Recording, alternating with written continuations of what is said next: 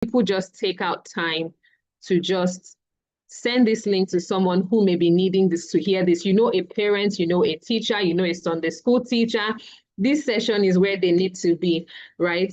For today, this evening. So you don't want them to miss out on this session. Mrs. Charity Kish, this is your first time. Thank you for joining us, ma'am. It's a joy to have you. Okay, I'm dropping the YouTube link for you, right? And I'm going to end my poll. Okay, we still have some people voting. I'll give you about 1 more minute because I'm going to hand over to Doctor.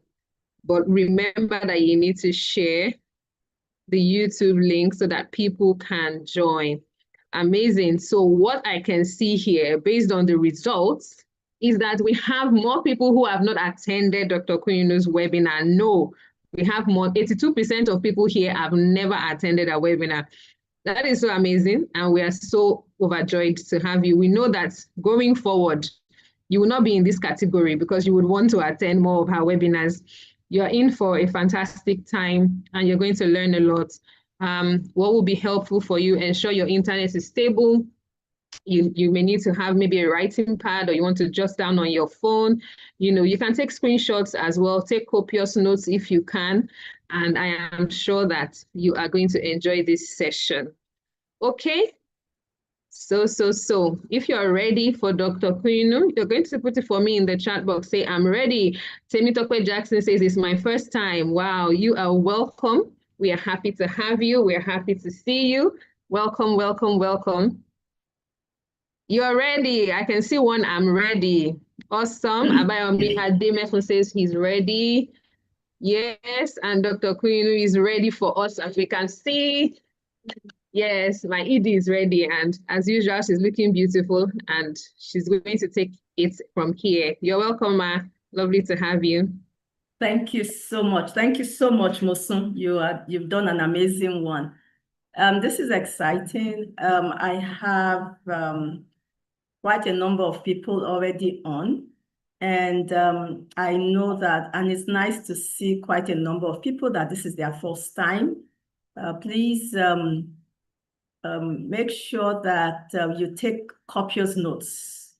I'm going to repeat that, please, because this is going to be one of the most important seminar or webinar you have attended.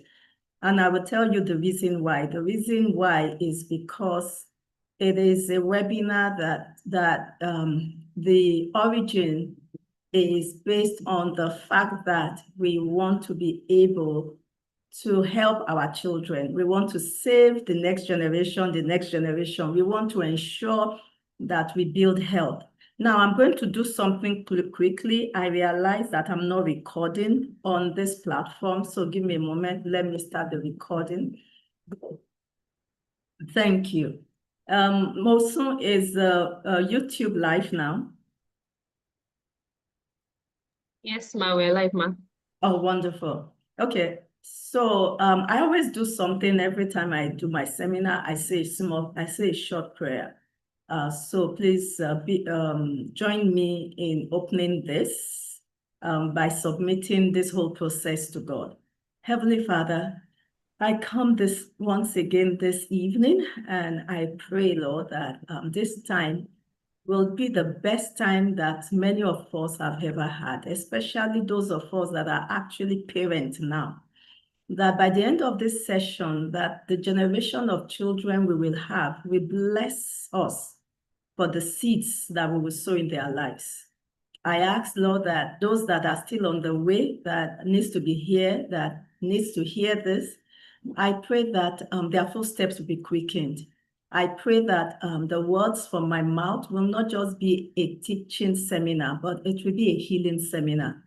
That has always been my desire every time I teach, that people will leave here healed, restored. People will leave here, that's real, what Arukah means is healing and restoration. People will leave here with answers they've been asking for. People will leave knowing what to do. People will leave encouraged to go, to take the next step. And so that is my prayer, and I pray all of this in Jesus' name, amen.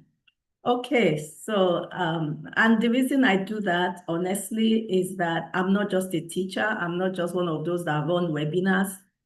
I have a desire to see healing. I have a desire to see wellness.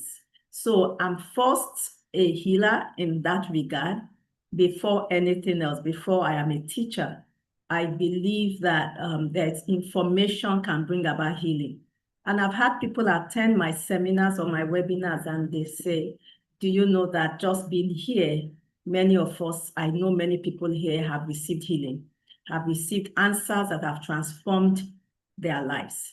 I remember meeting a lady once and she was at my webinar, and afterwards she phoned to ask some questions, and because she was so far away, she wasn't in Lagos, I said, well, you can't come in and see me, but let me in my office and have a clinical consultation, but let me give you some things that you can do.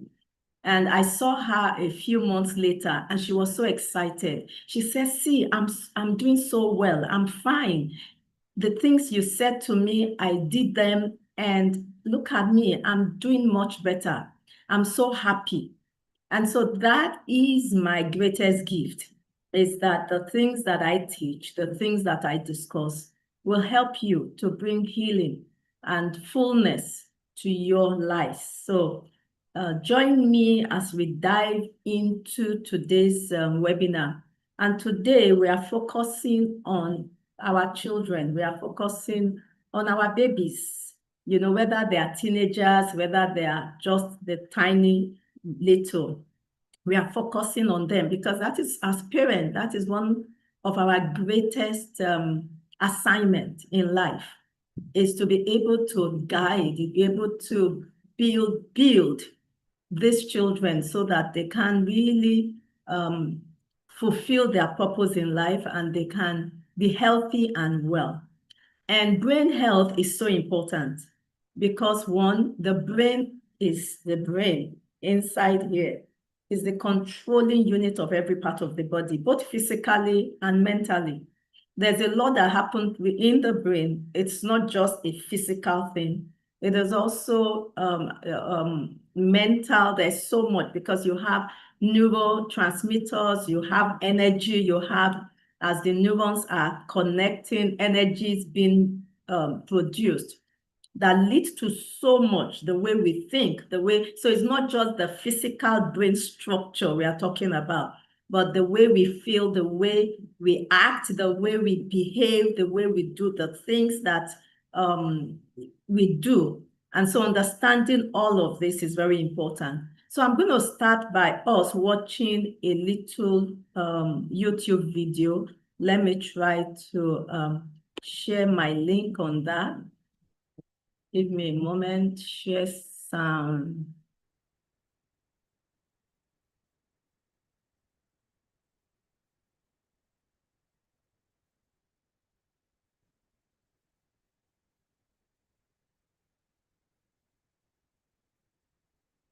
Okay, so I'm going to play this.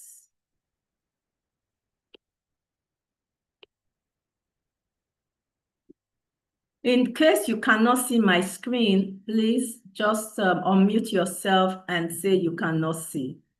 So let us get diving. Billions of people all over the world are developing together. And just as it's key for all the different parts of a child's brain to be connected to set the stage for the most insightful and creative thoughts, it's key that all the different parts of the world are connected to lay the foundation for worldwide empathy, innovation, and human expression.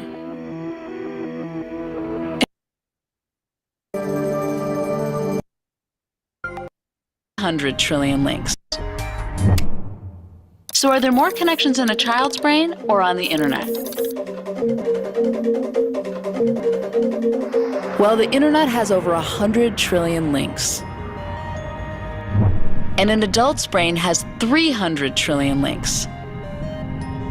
But get this, a child's brain has a quadrillion connections, 10 times the number of connections of the entire internet.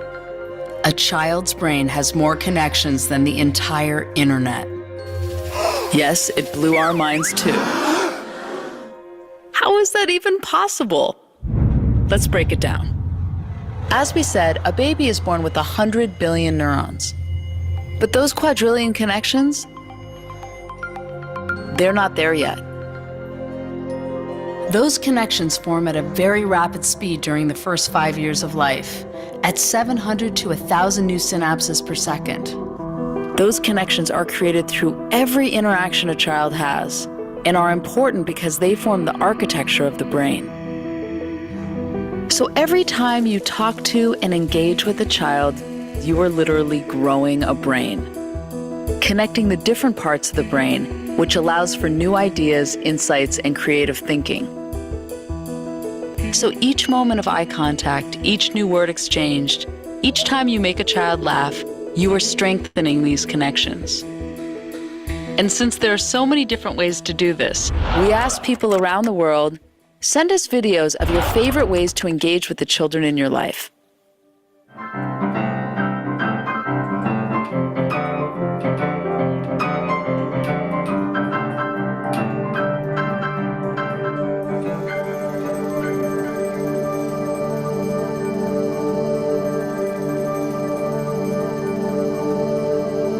During these early years, a child's brain makes as many connections as possible. And then it begins pruning the ones that aren't used and strengthening the ones that are. A dynamic process that continues throughout life. But since a child's brain is activated by everything it encounters, it can also be overwhelmed, which causes stress. When the brain experiences stress, the body's alarm system is activated. If the stress is relieved quickly, the system easily returns to normal. And while learning to deal with stress is an important part of development, severe situations such as ongoing abuse or neglect, where there is no caring adult to relieve the stress, leaves the body's alarm system activated, which can have serious lifelong consequences for the child. This is known as toxic stress. Toxic stress can lead to a body system set permanently on high alert. It causes the synapses we use for learning and self-control to be pruned, while connections for fear and rash behavior get stronger. Okay, so I'm going to stop sharing at this point, and we are going to go straight to my slide.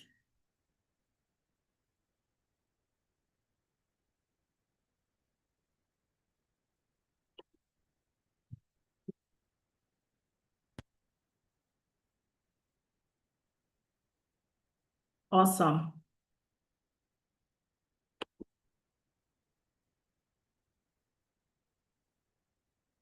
Okay.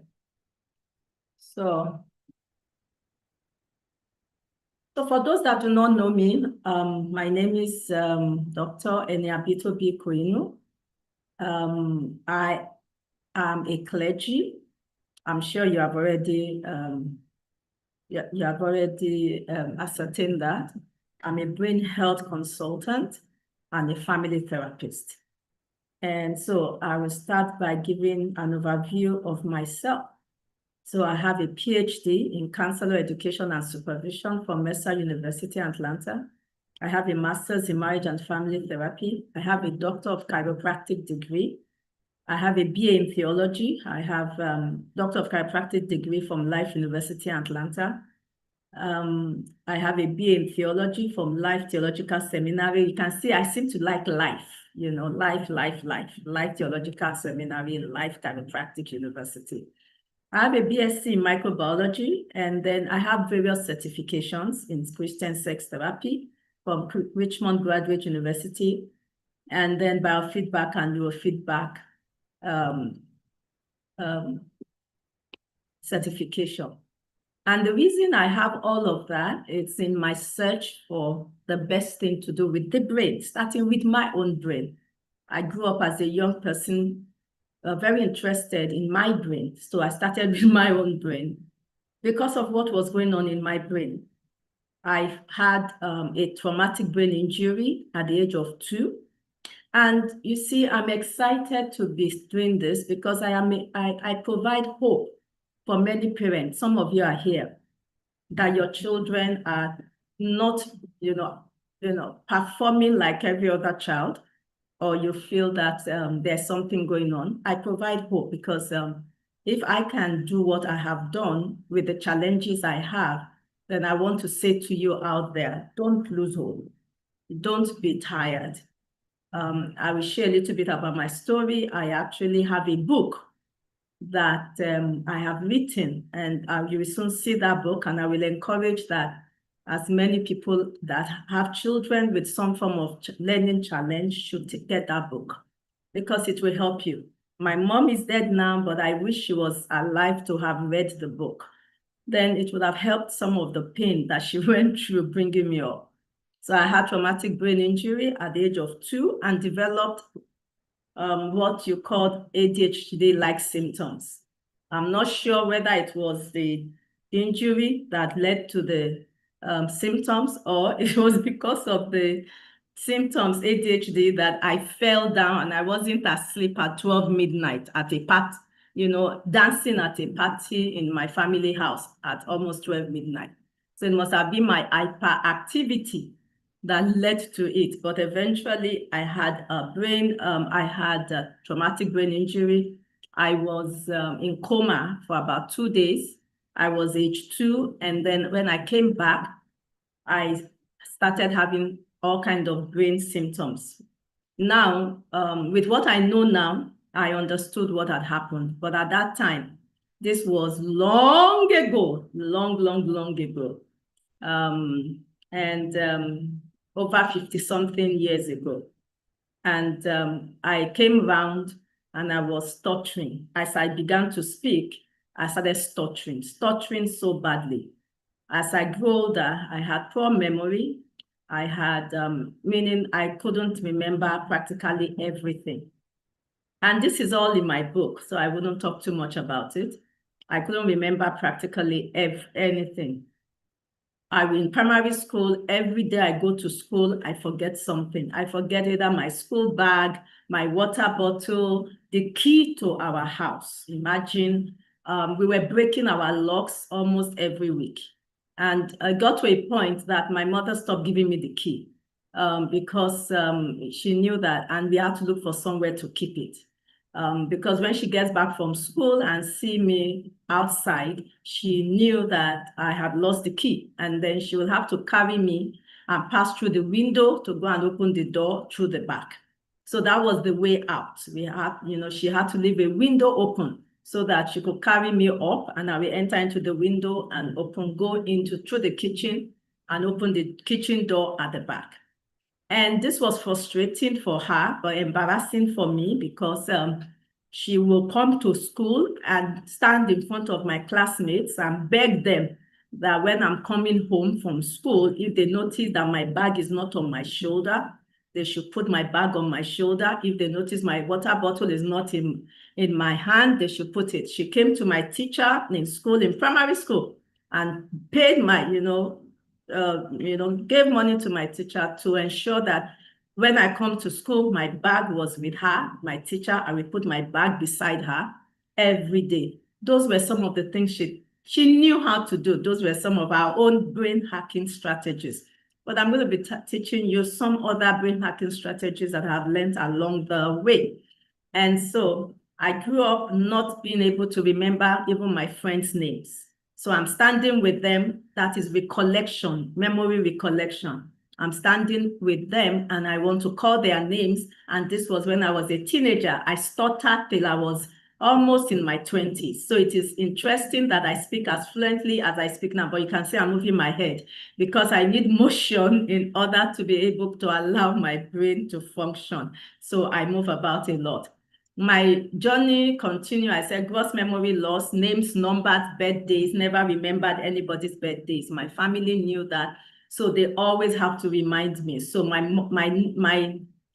niece will remind me of my mother's birthday. My mother will remind me of my niece's birthday. And so everybody just had to find a way to ensure that I was, I had a normal life. I can get fixated on ideas, and so as a result of all of this, honestly, because I was quite intelligent, yes, I was intelligent, so I became very interested in the brain. And, you know, for me, as a clergy and as a Christian, you can imagine, yes, I prayed about all of these issues. I remember one day I was so discouraged, I was so distraught because of my memory. I went and just went flat on my face in the place of prayer and said, Lord, I am just in my 30s at that time. My memory and my brain is feeling like a woman of 70. Is this how I'm going to is this how I'm going to live? You need to help me. You need to do something about this. And, you know, and that is the answer. What I'm doing today is the answer, because God answers us in different ways. Some of you are thinking a miracle only happens when you get up from that prayer and your brain is clear.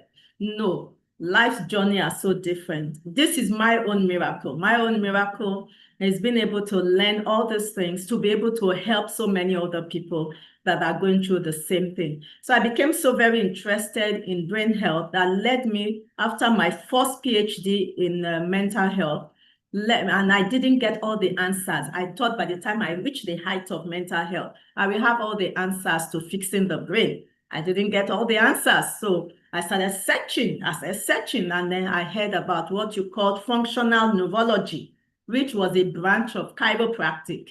It was, while I was in my late 40s, I enrolled in the US to go into chiropractic school. That took me 5 years, like being in medical school. And because I was also learning functional neurology. And that helped me to learn more about a brain-based approach. And as a result of that, of my journey, and this helped, being in chiropractic school helped me to understand what was really going on with my brain. I was able to pen down my experience, understand my experience, and I was able to write my book through all my experiences over the years from childhood. And Are You Like Me? The books, you can, right now they are available only at 2 bookstores. It's not online. You can get an online copy, and that is Trinity Towers VI Bookshop and Latana Bookshop, Latana Ventures Bookshop. And so if you're interested, or you can order it, you can reach out to us if you're interested. But I will encourage that everyone that is interested, and I'm just showing you this is personal, to see that I had to get a diagnosis. I did some years back, just to be able to use it in school when I was doing my chiropractic, because I was having difficulties in my lab and I needed what you call accommodation. In the US, you can get accommodation in which maybe you get extra time to do what you are doing. And even though I was already very functional, but some things were still a challenge. And, you know, this was done, you know, you have to get a psychological report to do this. So that is the foundation. That is why I'm doing what I'm doing. The Lord God has helped me amazingly. I have learned so much in all the PhDs and doctorates and all of that. And through prayers and asking what is all of this about, I have helped to improve my own brain health. That is why I have what I have. And by God's grace, I am looking forward to providing you with information that can help you help your children. And some of you that your children have learning challenges, you also do. You know, it was as I grew older, I realized that my mother, because you know, we get our brain from somewhere. It didn't drop down from heaven. And so if there's already something going on in your brain as a parent, of course, your child is going to get the weaker version of it.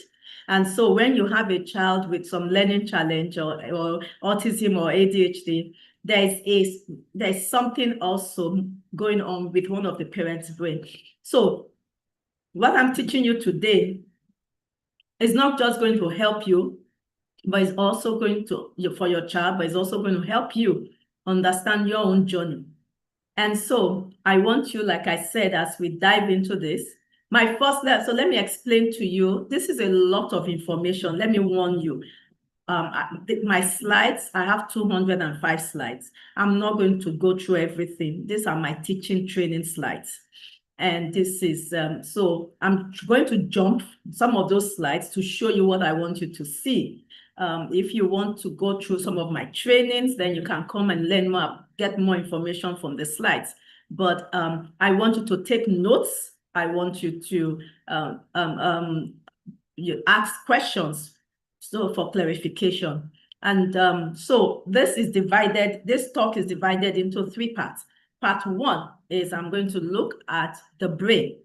I'm going to teach you the basic things you need to know. Everybody, I said facts that as a parent, as a human being, facts that we need to know about our brain. It's just like having a car and not knowing the parts of your car and what they are used for. When your car breaks down, you don't know what to do. You are always dependent on the mechanic, and the mechanic will use you to eat.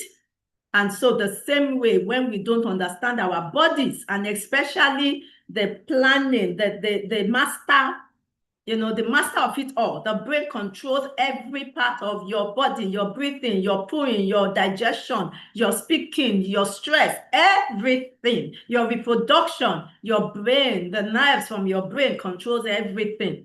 And so if you have a body and you don't understand the controller of everything, then you will be left at the mercy of others to tell you what is wrong with you when things are not going well, or when things are not going well with your child. But you see, when you know who to call for help. When you know your body, many times I have, when I go and see a doctor, I go for tests, I already know what's going on because, so I tell them, this is what I think is going on. Can you test it? And so because of my knowledge of my body. So understanding your child's brain development is key to effective parenting. This is important to parenting. Early childhood is a critical time, not just for learning basics like ABCs. Unfortunately, we think that what children should learn is just ABC. Is to learn is how to have all A's. And we have invested so much in education. We've invested so much. I'm sorry, I'm being passionate about this, in giving other people the responsibility to train just an aspect of our child's brain. And we are now complaining that children are not social, they are not emotional, they are not connecting, they are not this, they are not that. But because we have extolled academia, that okay, once my child can solve mathematics at the age of 10, once my child can read fluently, then my child is okay. No, it is not okay. Because the learning that we are supposed to give is not just in mathematics and English. Education is just a part of it, a small part of it, is not the big part of it.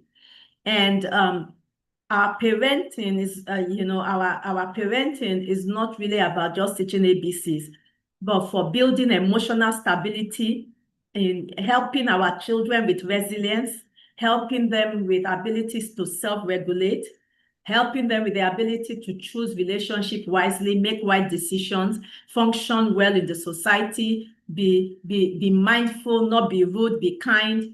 All of this happens with the brain. Memory, focus, and a strong sense of identity.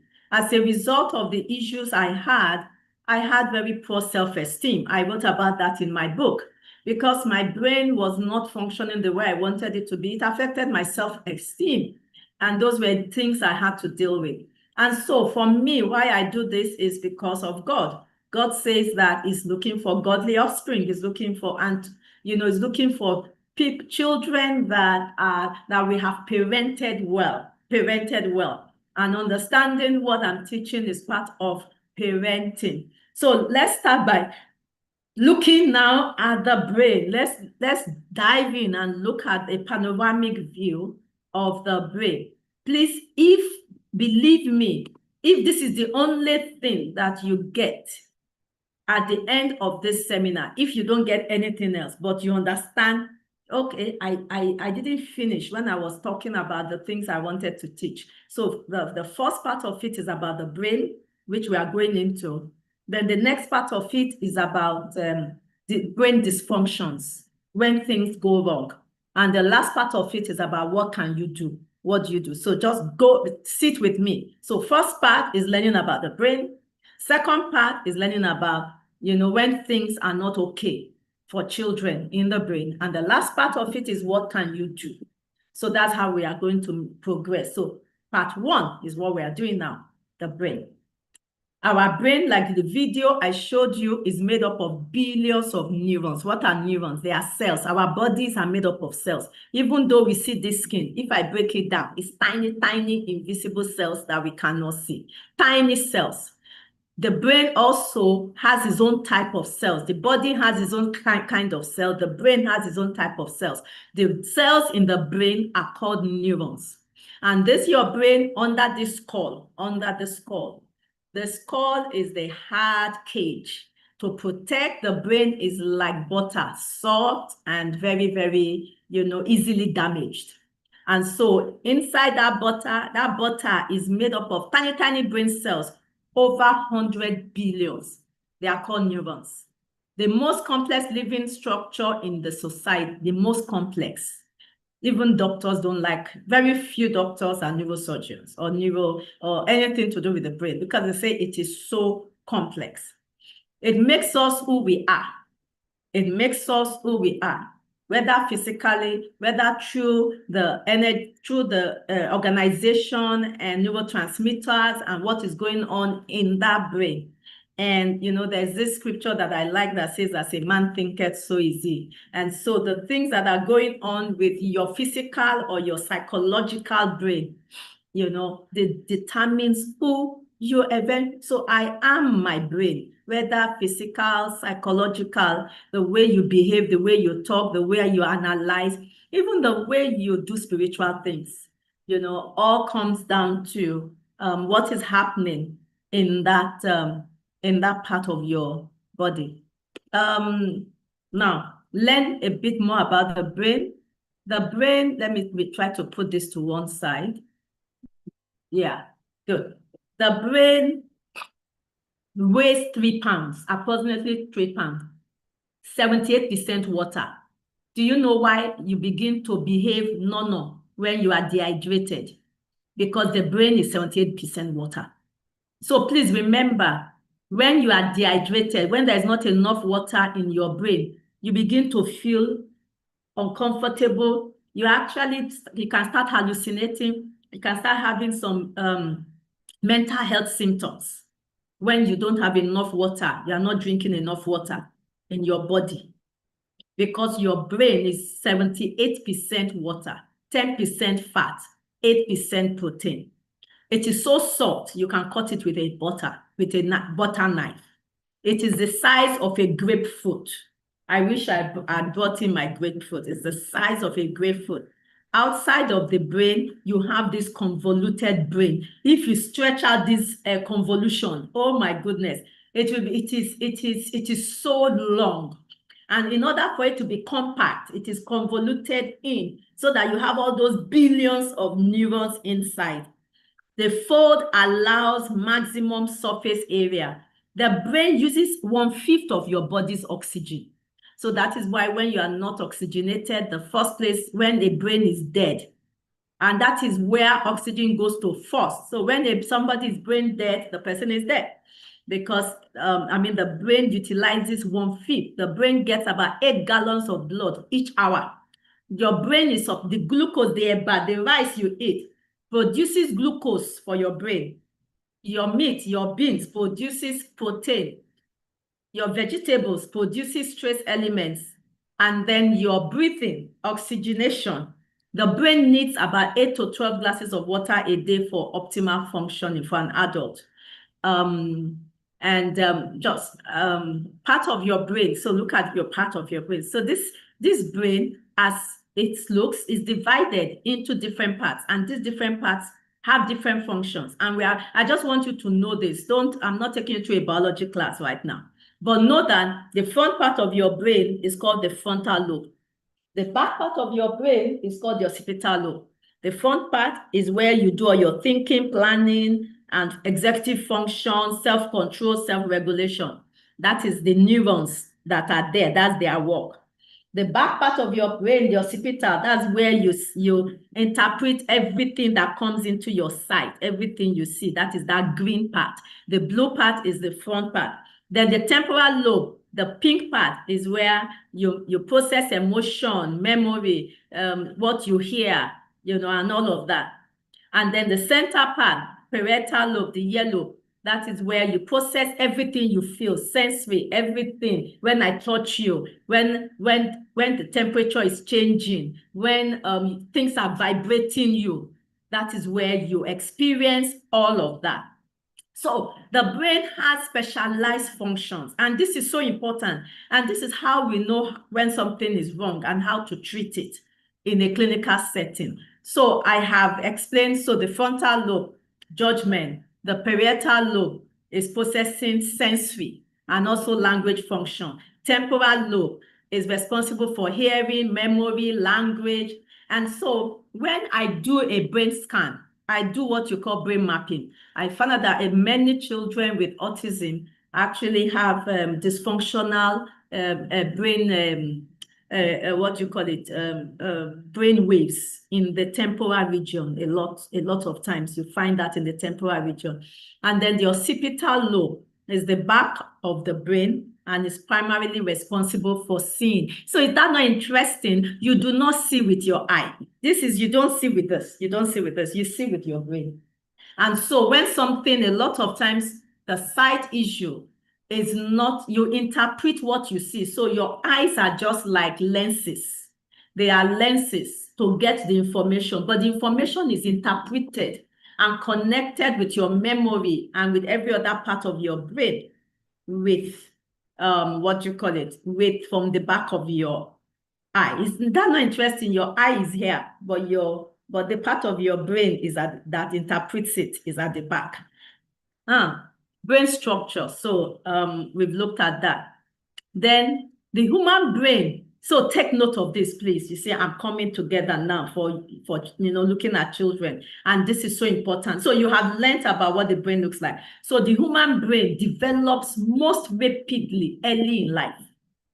And let me show you that. There are over 100 billion neurons. 99% of the neurons you need is present at birth. You are not developing new neurons like that after birth, because almost everything you need is already there. These neurons, but there's something, they are immature. And I will show you what matures them. So they are like empty. They don't have information in them. They are like strands that are basically empty. They are waiting for you to mature them. Oh my goodness. You need to understand that. They are waiting for you to mature them. The brain is a use it or lose it. So that 100 billions of neurons, if you don't mature them, if you don't use them, they begin to fall away. Now, what helps this brain to connect? Repetition. During the first year of life, refine and sculpt the brain connection. Things that you do over and over. And that is why, please, as much as possible, at the first year of a child's life, there must be structure. It must be a structure that you are in control of. I know it's difficult. I know in our world where economics is an issue, where you might have to drop the child, after 2 months, and you are working and coming back at 9 o'clock. Now, that is a difficult situation, but just know, and the choice is yours. You decide what you want, what is most important to you, but decide with information so that when you don't have connections with the children in future, you realize that at the time when we were supposed to form the connection, you did not. So it's important that there are actions and consequences to know this truth, and so that you know what to do with it, you make your choices, and so that in future you don't feel bad and you don't, blame yourself or somebody else for what you are seeing. Now, the strength and survival of these connections are based on their use. The more a connection is used, the stronger it becomes. I will make you understand this later. The more neurons are used, the closer they grow together. As neurons grow close together, the connection becomes more efficient. This change is in response to a patterned, repetitive behavior. Neurons that are actively used, that are not used, will die. So what am I saying here? Look at it with me. Most brain cells connections are made in the first year. The first 6 years of life is one of the most critical for you. So those that have this opportunity right now, please, when you leave this seminar, say thank you, God. Thank you, Jesus. Thank you. Because the first, that initial time where they are so dependent on you, where they are making you wake up nonstop, where sometimes you are so miserable because you are not having your life as it is the most important time of your investment. And then you can go to rest. Some of us in the later years are not resting because at that time when we were supposed not to be resting, we were resting. You know, so it's important. If we do the work now, then we will not have to do it. We won't have to be looking for how to do it later. So please, by age 3, 80% of the connection has been made. The baby's brain has received enough information to say this is what life looks like. It received enough information to say that this is when you cry, this is what you get. When people squeeze their faces at you, this is what it means. When you lie, this is what happens to you. The brain is receiving information and using it to mature and to store. That neurons, those connections are storage systems, storing interaction as a template to use to behave. During the first 10-year, connections then begins to decline after this time to age 10. It begins. So the ones that were not used, connections that were not used, begins to go up. So if in that home, when growing up, at that age, the connection that was always used is the connection of shout, shout, shout, shout. So the one that will be stronger is shout. If you are upset, shout. If somebody upsets you, shout. If you are irritated, shout. That will be the connection that will be stronger. And the other connection that says, oh, you are nurtured, you are loved, you are petted. If that is not happening in that home, after a while, that connection begins to go weaker and weaker and weaker. And so the child does not grow up with this memory, with a strong tendency towards being touched, towards being hugged, towards, being nurtured. That's why some people will tell you they grow up and they say, no, I don't like being touched. Don't touch me. When you touch me, it irritates me. Because that part of the brain that connects with touch was not developed in childhood. So our adulthood is a product of our childhood connection. The part of our brains that we are allowed to connect as a result of the experiences we had while growing up. 60% of nutrition is used by the brain during the first year, and it decreased to 30%. So, it's some things my mother used to abuse, me as a child, makes sense. My mother will say that be eating jessovi, be a day or be a my jessovi. It's like, if you're overeating, they will say my jessovi. That is really true.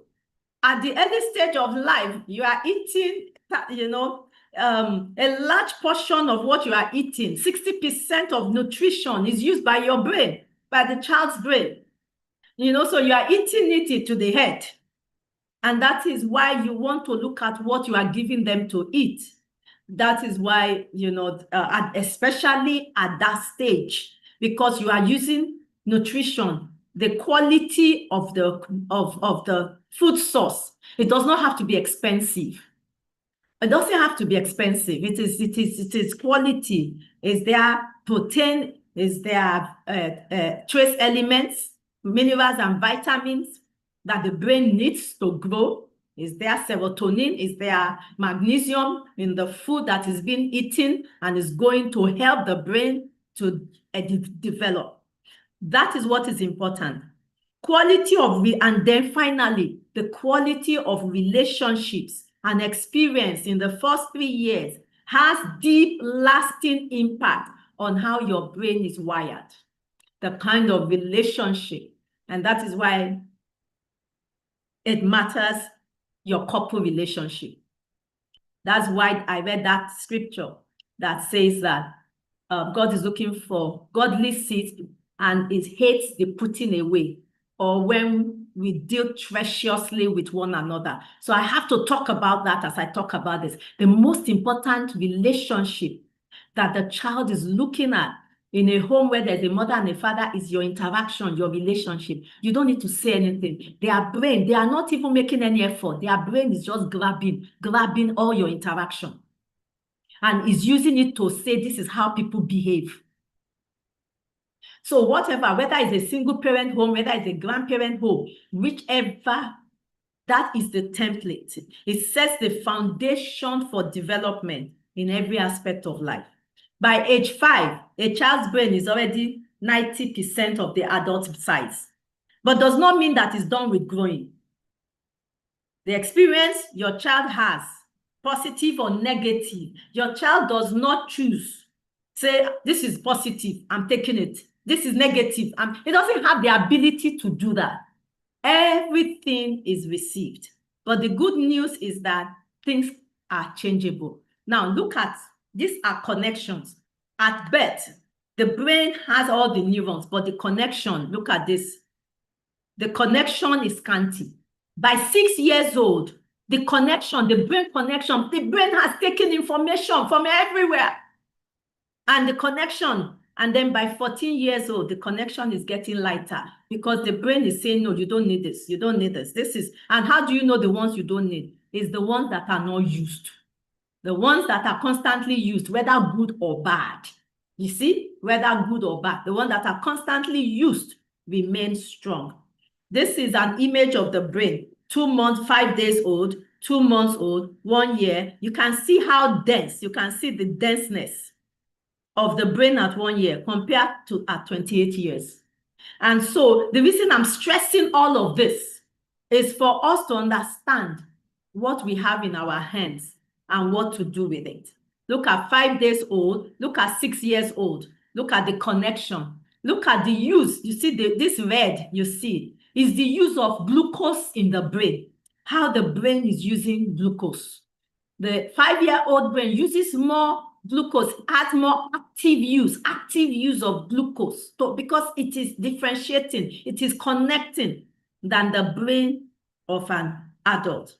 Okay, am I making sense to you? If I'm making sense to you, please give me a thumbs up. If I am making sense to you, I want to see you give me a thumbs up in that I'm making sense, that you are getting something. See, I'm trying to go out of my way to really stress and explain this. Thank you if I'm making sense. Yeah, give me a thumb up. Put a chat in the box. Tell me, what are you hearing? I'm a teacher, so I ask people, what are you hearing? Thank you. Please take this. The early years matter because the interaction between early experience and gene expression. So your experience goes into your gene to transform the gene. We call it epigenetic experiences. Your environment can impact your gene expression and shapes the maturing architecture of the brain, meaning that the experience you have can become coded in your gene, and you transfer that experience and reaction to your next generation. That is how powerful this information is. The development of the brain incorporates experiences, I've said it, whether positive or negative. Brain development is built on a hierarchical bottom-up sequence. And so this is important. Let me show you that. The brain of a child develops from bottom up. I like the scriptures on brain training because it talks about repetition. I told you I'm a clergy, so please bear with me. I have to, discussing and showing this with you. It says, this is brain training. Impress them on your children. Talk about them when you sit at home, when you walk along the road, when you lie down, when you get up. Tie them at the symbol on your hands. Write them to your forehead. Write them on your door frame of your house and on your gate. If you meditate day in, day out, that is repetition. Repetition, that is what trains the brain. We see it in the Holy Book. Repetition trains the brain. So the brain of a child grows from bottom. And how is this important for you? So let me explain this to you. The brain grows from bottom up in a child, the rewiring. As a result of this, the last part of the brain to mature is the top, this part. Remember, and I told you this part is the part that is important for executive functioning and all of that, for planning, for self-control, self-regulation. That is the part that grows, that matures last. And it does not fully mature until averagely by age of 25. And that is why we have to protect our children. We have to protect them from abuse. Honestly, there are very few children that were not abused, either almost molested sexually because of who we left them with. If you call 10 ladies, and now guys, at least 4 of them will say that somebody touched them inappropriately. I mean, if I take a poll, even on this dashboard, on this platform, and I say, if you were touched inappropriately as a child, can you just say yes? I mean, there's nothing to be ashamed about. If you were touched inappropriately by a child, as a child, can you just say yes? Somebody touched you. I'm not even asking if you were sexually molested, but somebody touched you in a sexually inappropriate way. Just say yes on this platform. And you'll see the number of people who, so that protection, because they are the part of their brain that is for decision making and all of that is just developing. So the first part of the brain is the bottom part that regulates blood pressure, sleep, temperature. Then the next part of the brain is the midbrain.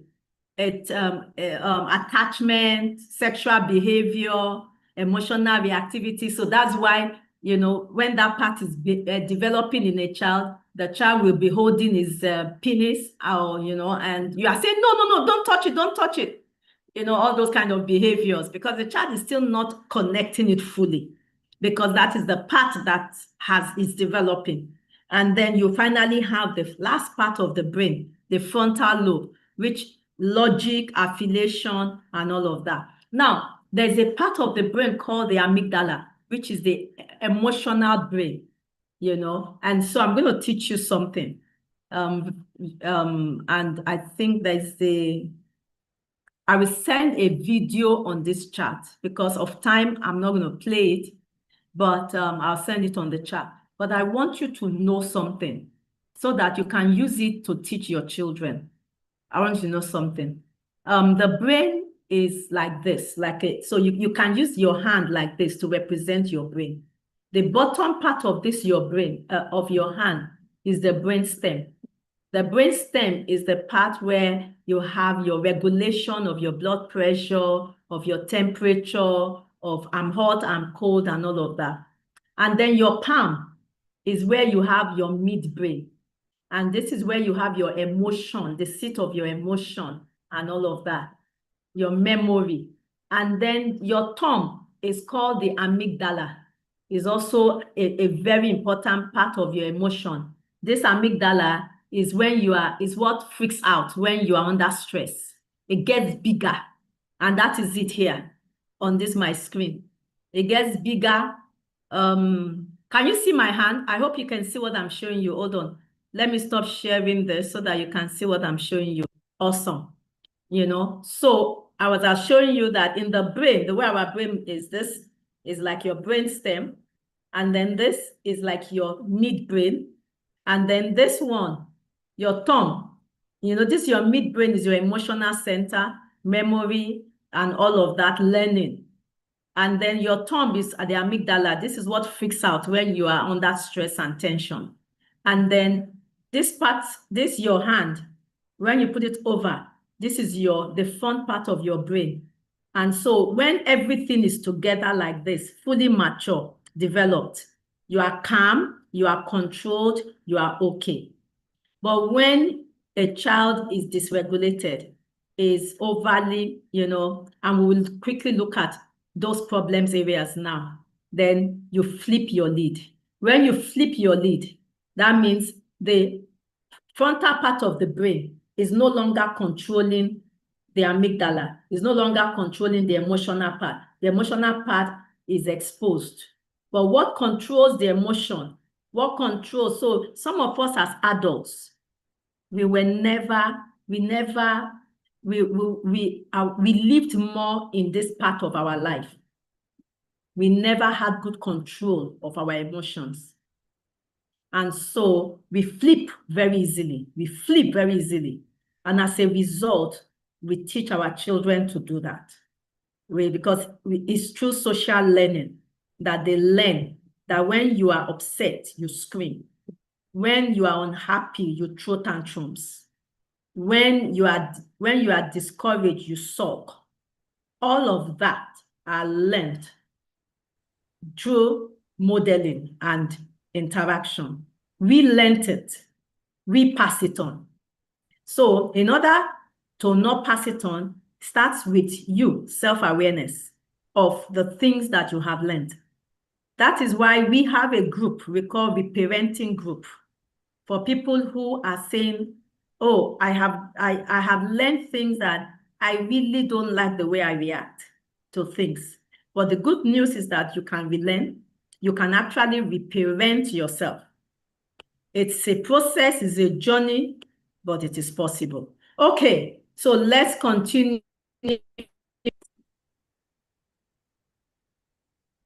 Give me a moment for this slide to move. 6 people are waiting in the waiting room. Can you let them in, please? Where is my admin?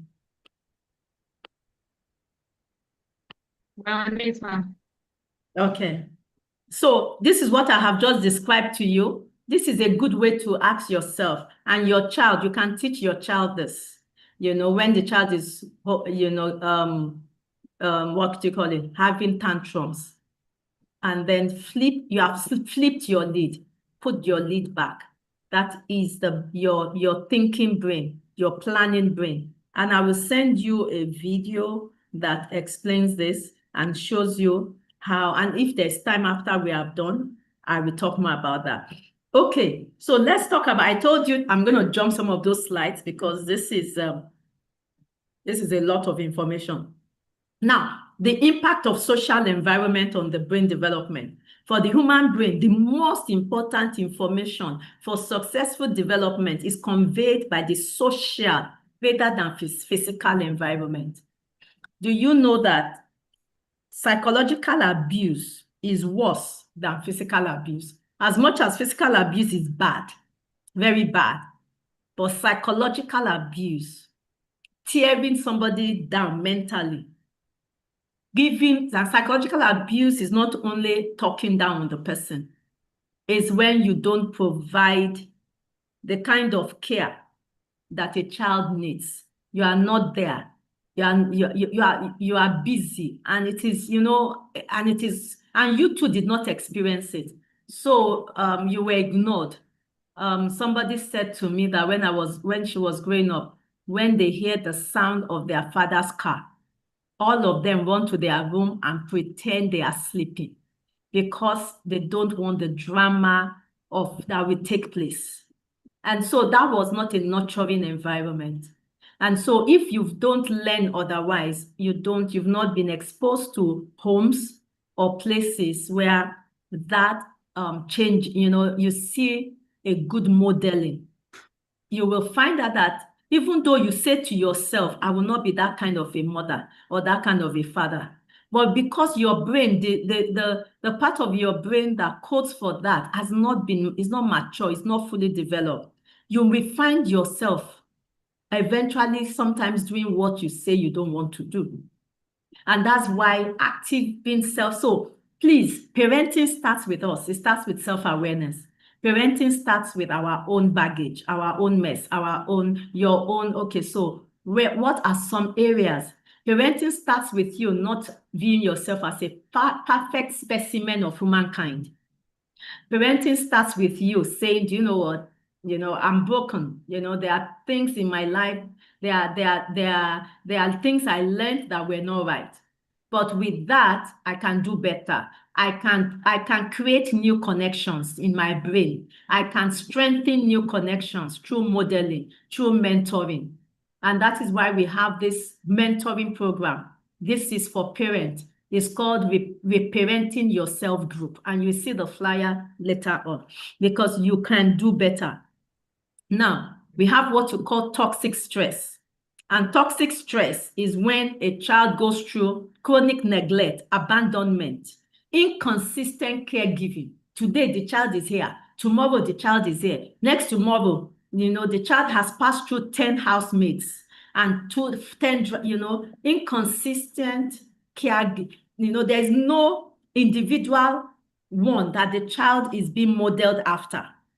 It begins to mess up with the brain because, it's like today it is Kemi, tomorrow it is this person, next tomorrow, and then the parents are not available to provide that consistent pattern.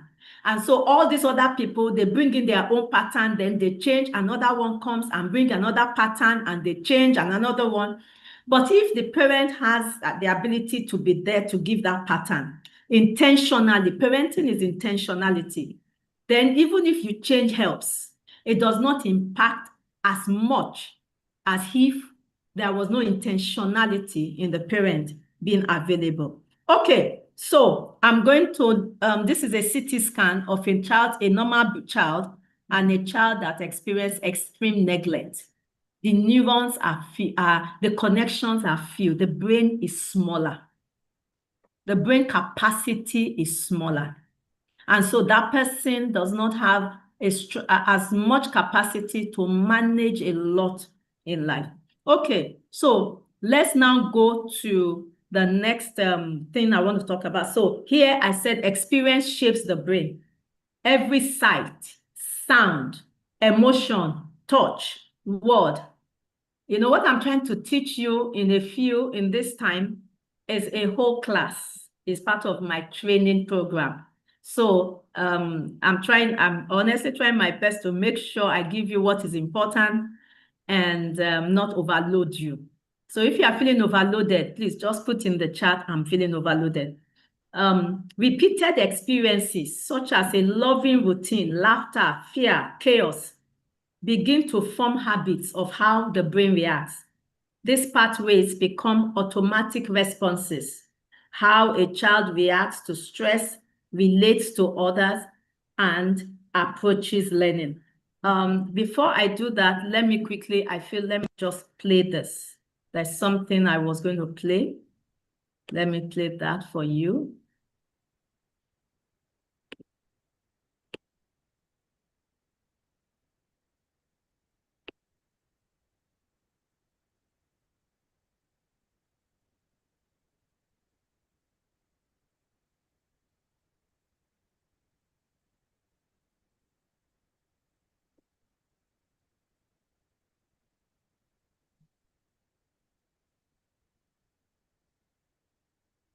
Ever felt a big reaction to something and not known why?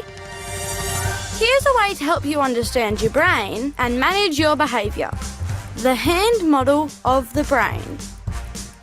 The bottom of your hand represents the brainstem and is involved with the automatic physical processes that keep us alive, like breathing and our heart rate. Your thumb is your limbic system, and with your brainstem forms part of your emotional brain. This helps you to manage and understand your feelings and stress responses. The outside of your hand and fingers are your cortex, or your thinking brain. When the thinking and emotional brain work together, it's easier to manage your emotions, talk with others, and problem solve. But if you feel surprised, unsafe or scared, your emotional brain takes immediate action. It can act much faster without working with your thinking brain, so you flip your lid. If you're in real danger, acting fast can help keep you safe, and that's really important. And then when the danger has passed, your lid comes back on. Your thinking brain is back in control. But sometimes we flip our lids when we don't need to. How we think and behave isn't helpful. You can practice putting your lid back on by breathing slowly or by spending time with someone you trust. This tells your emotional brain you are safe, and it can work with your thinking brain again. Now your whole brain can help you manage your behaviour and your feelings.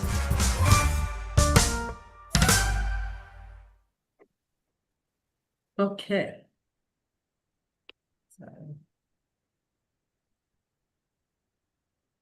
So basically, it's just describing what I have just shared with you, but I wanted you to see it in a cartoonish way.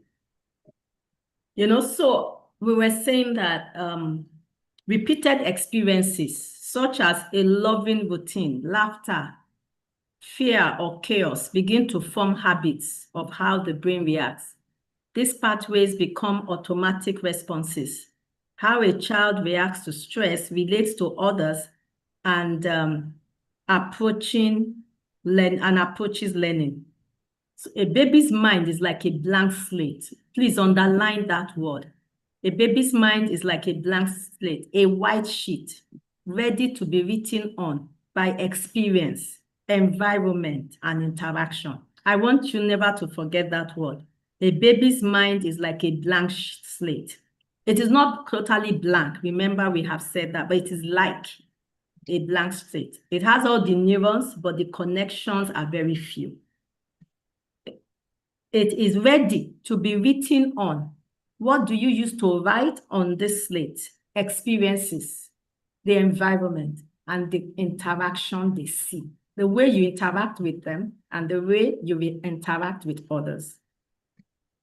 A child who hears calm, validating words often builds strong emotional regulation circuits. A child who hears mostly yelling or silence may develop circuits of anxiety or withdrawal. Neuroplasticity. Interrupt you, man. We can't see your slides. You can't. Oh, okay, sorry. And I'm sharing it. Let me share again.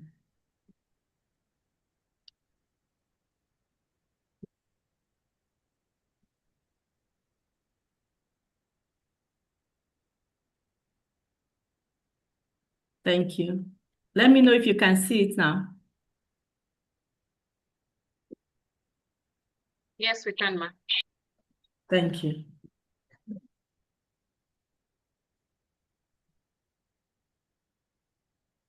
Okay. Okay, so this was the one. A baby's mind is like a blank slate, a white sheet ready to be written on by experience, environment, and interaction. A child who hears a calm, validating words often builds emotional regulation, but a child who hears mostly yelling or silence may develop circuit of anxiety or withdrawal. Neuroplasticity is a gift to us. So I've said all of this, and some of you are going, Kai, I have messed up. Oh my goodness, me too. Is there a way out? Oh, wow. There's a way out, and we call that neuroplasticity. And that's why we are here today. We can remake what has been mad. We can reform what has been misformed.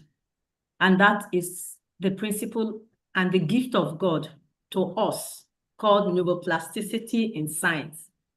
Is the brain's gift. It means the brain is moldable. It changes in response to what it repeats. So if this was the former thing you repeated and you decide to change it and start repeating something new pathways, especially for the child, begins to form. Even for adults, new pathways begin to reconnect. And after a while, because you are no longer using that old pathway, it begins to go away. It begins to be forgotten. That is how the brain is ongoing rewiring. Even the more a child practices something, whether emotions, habits, or skills, the stronger that network is. It is not only through practicing how to play the guitar or how to play piano. Many of us use it for piano. We will have piano teachers come and teach our child from childhood 2 times a week, every Sunday, until our child knows how to play the piano. But the moment the child grows into adulthood and does not want to play anymore, what happens? 10 years down the line, you ask the child to come and play piano and says, Mommy, I can't remember. The reason is because that pathway has not been used. And so it has been subsumed by other things. So you can use that principle to teach, to remodel new behaviors that you want to see the child. So every behavior you see in the child that you don't like, you then have to model the behavior that you like, because that is how learning takes place. Even children with difficult beginnings can rebuild healthier wiring when placed in a safe, structured, loving environment. The good news is that the brain can heal, rewire, catch up if the right environment and inputs are provided.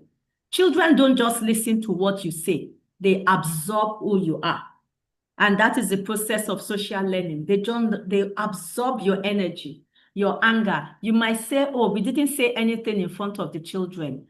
Your energy, because they are from your DNA. They are from you. Your vibrational frequency is their vibrational frequency. So when you are upset, even if you don't say it, they can feel it. They can sense it.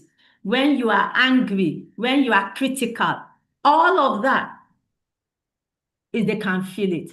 Does that mean that we can no longer be humans because we have children? No, that is not the case. It's just to know this so that you are not ignorant, so that when you are in those moments, you know how to talk to them about it and say, Mommy is really very upset right now. It's better to talk about it. And then let them see the opposite. Manage, remodel your emotions. But it is okay. Let them see how you move from being angry. Let them see how you move from that negative feeling to a more positive feeling. That is social learning. You are showing them. But if you remain in that emotional state, then you are not showing them that it's possible to move. You are showing them that you can, this is how to do life. The brain is equipped with what we call mirror neurons. It's a special neurons in the brain. And every time a child is looking at something that is an action, the neurons are firing and they are holding on to that information. And then the child in his brain is repeating that information. And the child will actually physically, so when the child then physically repeats the information, the mirror neurons are also firing. So the more the child repeats what you are doing, the more it is locked in the brain, the more it is coded in the brain. And mirror neurons are lit also when a child is watching TV, is watching watching things, action and all of that. Social learning is taking place not only with you, it's also taking place with everything you are allowing them to watch. And their mirror neurons are mirroring those actions. And every time they repeat the action, they carry a gun and they say, let's play gun, let's play shoot. Their mirror neurons is coding it. That is why children growing up, we say, let's play mommy and daddy. And when they are playing mommy and daddy, they are playing you. They will call their sister or their friend, let's play mommy and daddy. Then they will stand and do like this. Have you not gone to wash your school uniform? Why are you, they mimic you? It's part of learning. You think it's just game. It's a learning, it's social learning. The mommy and daddy that children play, mimicking adult behavior, is social learning. They are recapping and rehearsing in their mind what they have seen you do regularly. And it is being strengthened in their mind as the way to behave. Please remember that. A psychologist, Albert Bandura, proposed that people learn best by observing others through a process called modeling. We need to get back to modeling, understanding what modeling is. That's why we call role modeling. His Bobo doll experiment, you can Google it, showed how children imitate aggressive behavior simply by watching an adult act aggressively. And so what are the 4 keys now to social learning? Attention, the child must notice the behavior. Retention, the child stores the information. Reproduction, the child reproduces it. And then there's a reason to repeat it. That is how you can actually use to rewire the same principle. This principle, please take note. This is the principle of rewiring also, where you allow a child notice, you do something knowingly, let the child notice that behavior. Call the child's attention. See how mommy does this. See how daddy does this. And then you repeat it. It is done not once, repeatedly. And then the child stores that information. And then the child, you actually watch the child reproducing it. And then if the child is doing it, then motivation for the child to do it more. You pray, say, okay, good, that is good behavior. Oh yeah, that is good.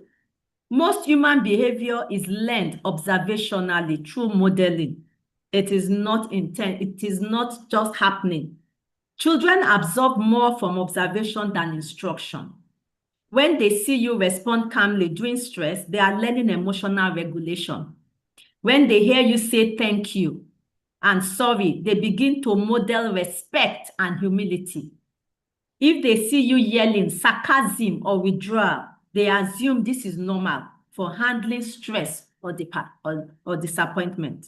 You say you want your child to say thank you and sorry. How often are you saying thank you and sorry? Are they seeing you say thank you to the housekeeper? Are they seeing you saying thank you to the cleaner? Are they seeing you say thank you to your spouse? How do you want them to learn how to say thank you? If at home, on a daily, non-stop basis, they are not hearing that thank you from you. It's social learning, modeling. Values are not caught. Values are caught, sorry, they are not taught. It is not, they are caught. Your child is learning from you how to handle conflict, greet others, speak about yourself, react to mistake, show affection or withdraw. When you say, I'm frustrated, but I need to calm down, your child is learning self-regulation. When you model deep breath or stepping away during stress, your child is learning healthy coping. When you apologize after yelling, they learn that making mistakes is okay and repair matters. They repeat your tone and expressions in their play. They may treat siblings or peers the way you treat them. Even self-talk, I'm so stupid, or I can do this, is learned by hearing how you speak to yourself and others. I knew somebody, and when anything happened, she would say, I'm so stupid, I'm so stupid. And I said one day, why are you parroting your dad here? This is what your dad used to say to you all the time. Why are you now saying it to yourself? And she said, yes.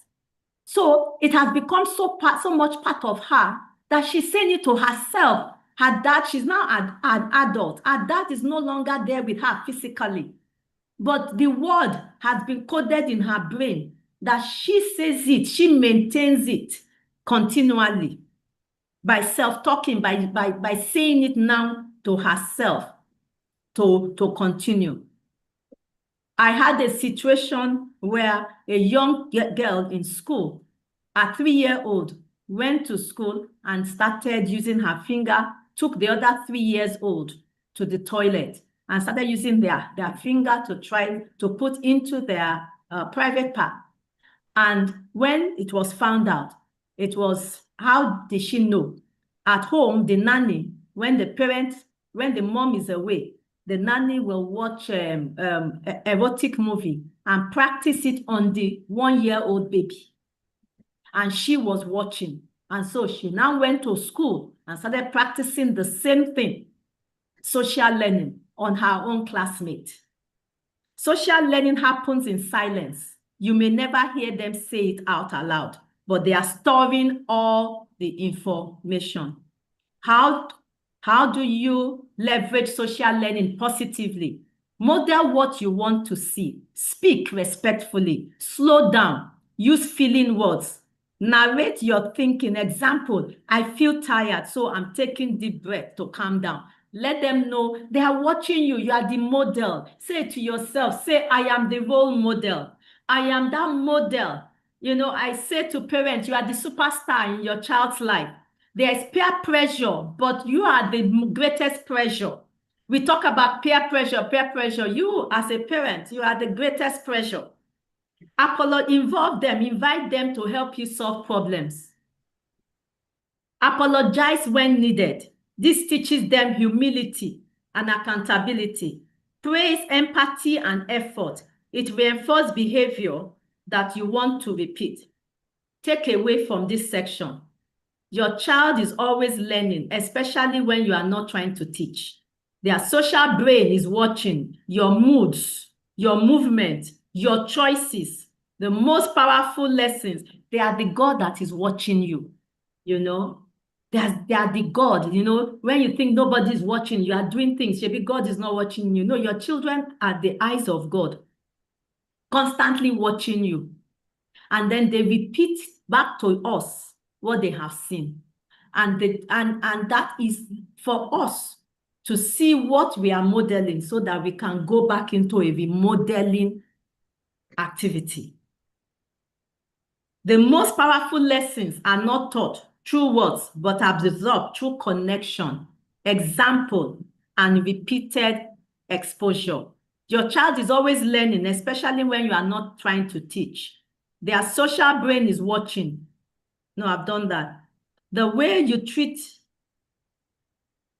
the most powerful lessons are not taught through words, but absorbed through connection, example, and repeated exposure.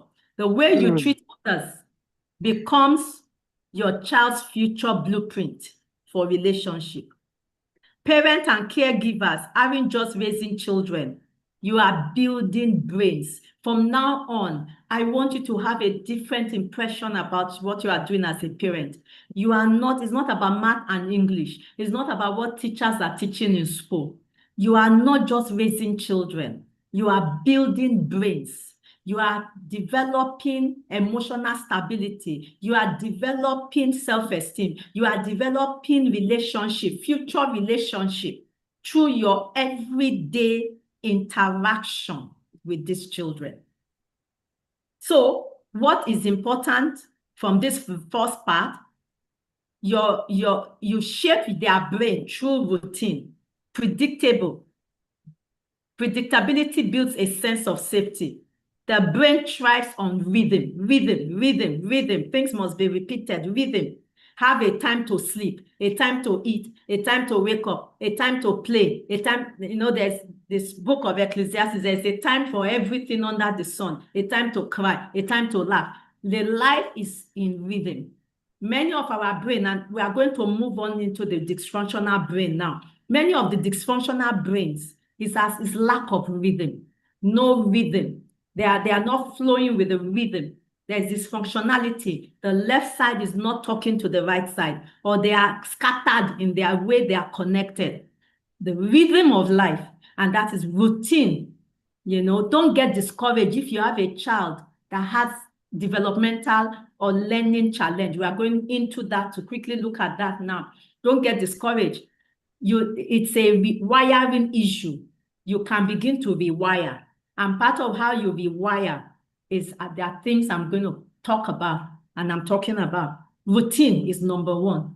Connection. Doesn't matter how upsetting it might be, but connection is important to learning. High contact, hugs, smiles, time together, emotional wiring. Emotional wiring is more important than intellectual, than educational, because you can be a nerd, but you don't know how to do relationship. You will not be rich. They did a research, and they found that the richest people are not the ones that made 10 A's in school. It's the ones that know how to interact with people. Because to do business in life, you need to have good interaction, customer relationship, know how to talk to people. And so the best brains, those that made, so we are raising all A's. Oh, my child was the best in JAM, made 20, 30. But are we also building emotional intelligence? because that is really what makes success in life. It is not just all the A's. It's not the academic A's. It's not learning how to read and pass exams. It is how to relate, how to connect. And it is not by keeping them in lessons, studying for 10 hours that is going to build emotional intelligence. It is by interacting, playing games, rolling on the floor, laughing, doing family things together. That is what brings social learning, emotional wiring. Learning happens through doing things again and again and again. It's not that we played 10 years ago. We played 1 year. We play anytime we go on vacation. No, it is learning is a constant. It's difficult. We have to learn to do it. God will help us. But it's something as part of parenting. Repeating healthy language, play, routine, and expectations build stronger circle. Encouragement, positive reinforcement releases dopamine, is a neurotransmitter. It is the brain motivational chemicals. Encouragement wires the brain to try again, even when things are hard. Finally, on this note, before we move to the next note, is don't be discouraged by your children going into the toilet and tearing all the tissue paper and dumping them into the water. Curiosity is the engine of brain development. When children are curious, their brains are in an active state of learning, seeking, questioning, exploring, and making new connections. Their brain is just trying to understand the world. And so what we need to do is to look for creative ways to help their brain to learn, so that they don't seek for destructive way, destroying your TV, your radio to learn, because their brain needs that information to connect. Okay, I'm going to, instead of suppressing curiosity, allow questioning, explore together, create safe opportunity for them to learn. Okay, let's take a deep breath. I'm about to jump to the final segment. Take a deep breath. And can you give me some feedback? Can you type in the chat box, what have you heard so far? Before I get into, so I have talked about the normal. I want to talk about the not so normal now. And what do we do with that? But before I go into that, can you type on the chat what you have heard so far?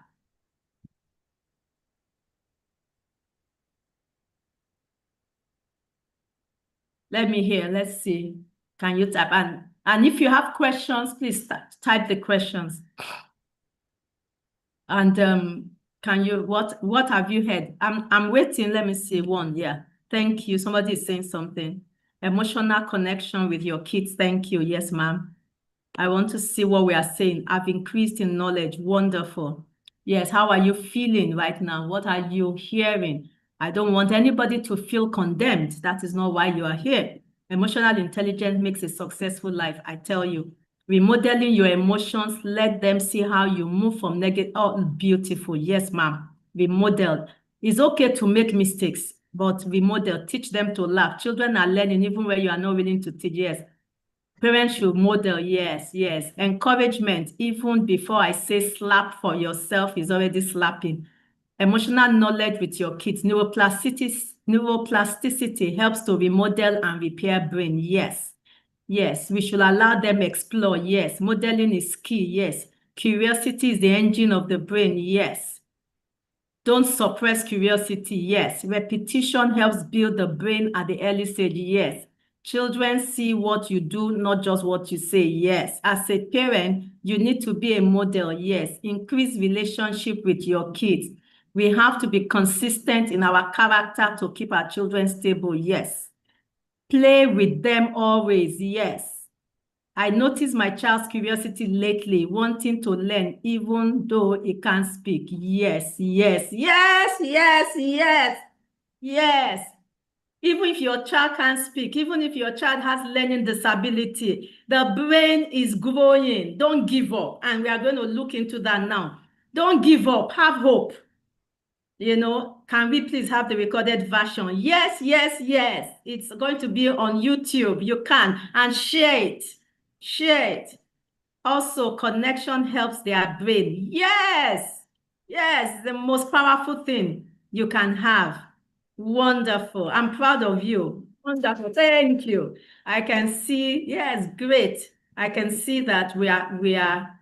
And then if you are on YouTube, please, even though I might not be able to see you, please, I want my people, please, you too, write, please, write things, you know, what you are feeling, what you are hearing.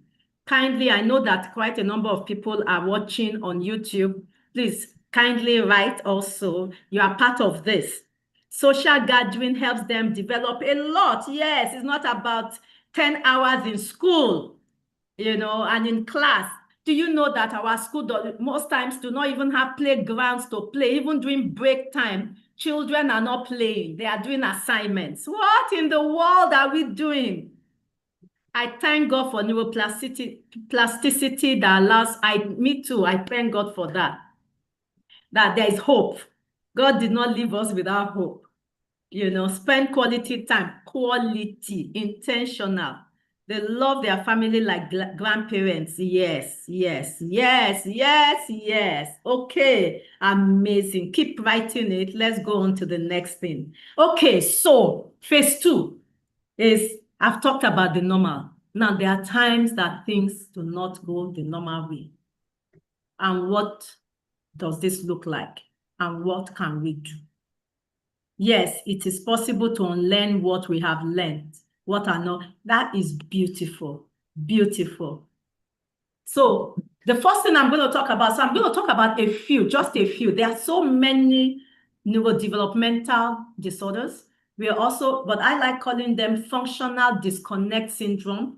The person that started using that, first used that word is a man called, is a doctor called Dr. Melilo. And it says that it calls it the functional disconnect syndrome. Now, you have so many different things. The first one I'm going to talk about is called primitive reflexes. Primitive reflexes. And this is a different class. I'm not going to talk too much about it. I'm just going to mention it.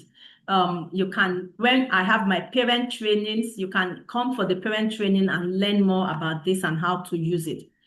Every child has primitive reflex.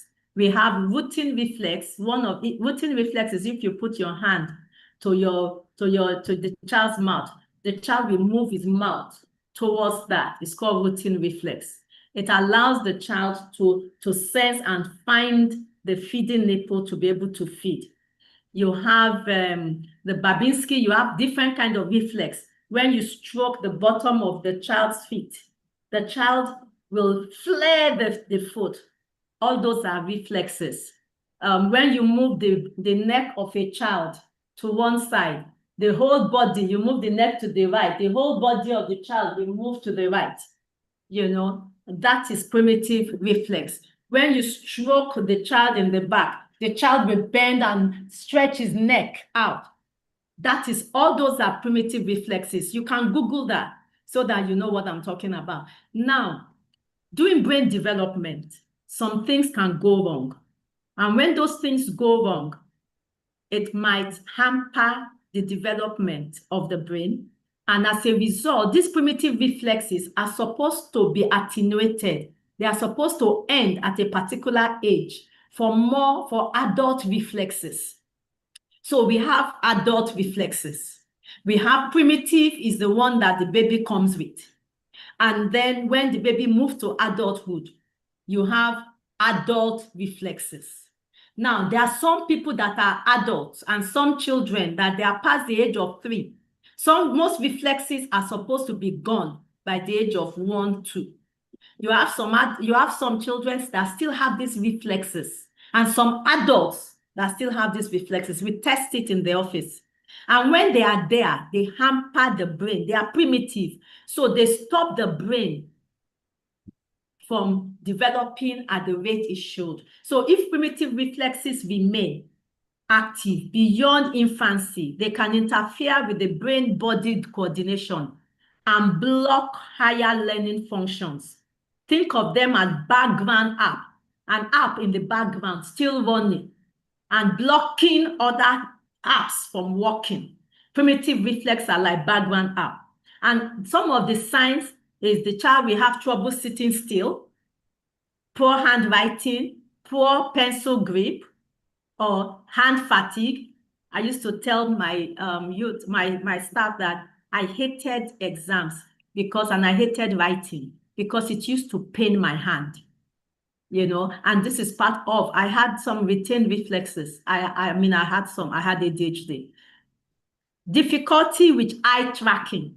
I was teaching some people about eye tracking recently, and eye is the window to knowing if something is wrong. So you can Google eye tracking to see what that means. So you can do a test to see how your child is tracking.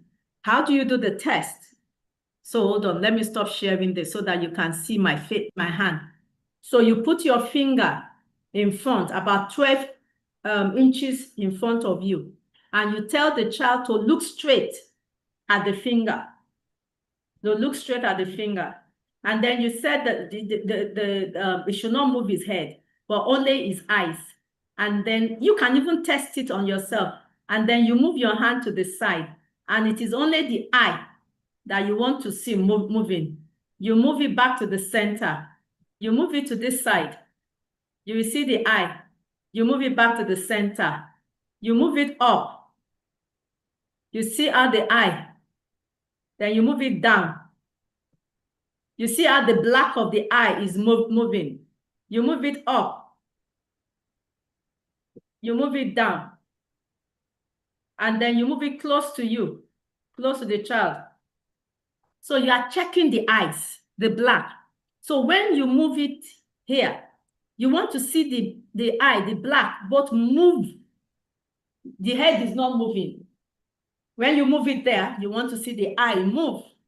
When you move it up, you want to see the eye. Now, something can happen. When you are moving it, either the eye moves a bit and stops, or moves fast and comes back again. We call it overshooting. Or jerks, moves in bits. Then there's something going on with the brain. It is used to test, things going on with the frontal part of the brain. So it's either the eye, as you are moving, it's not smooth. It's jerking, or it is overshooting.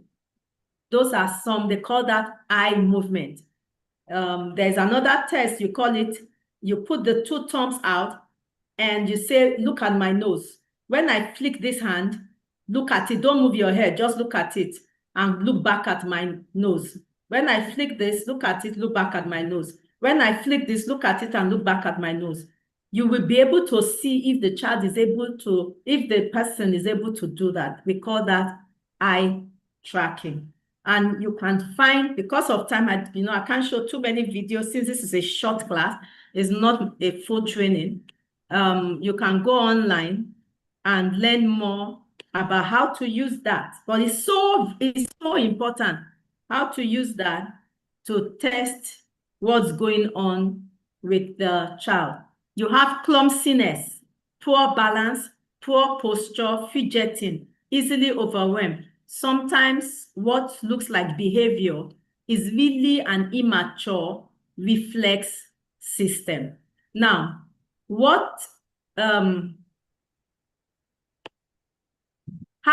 some of the brain hacking techniques that you can do?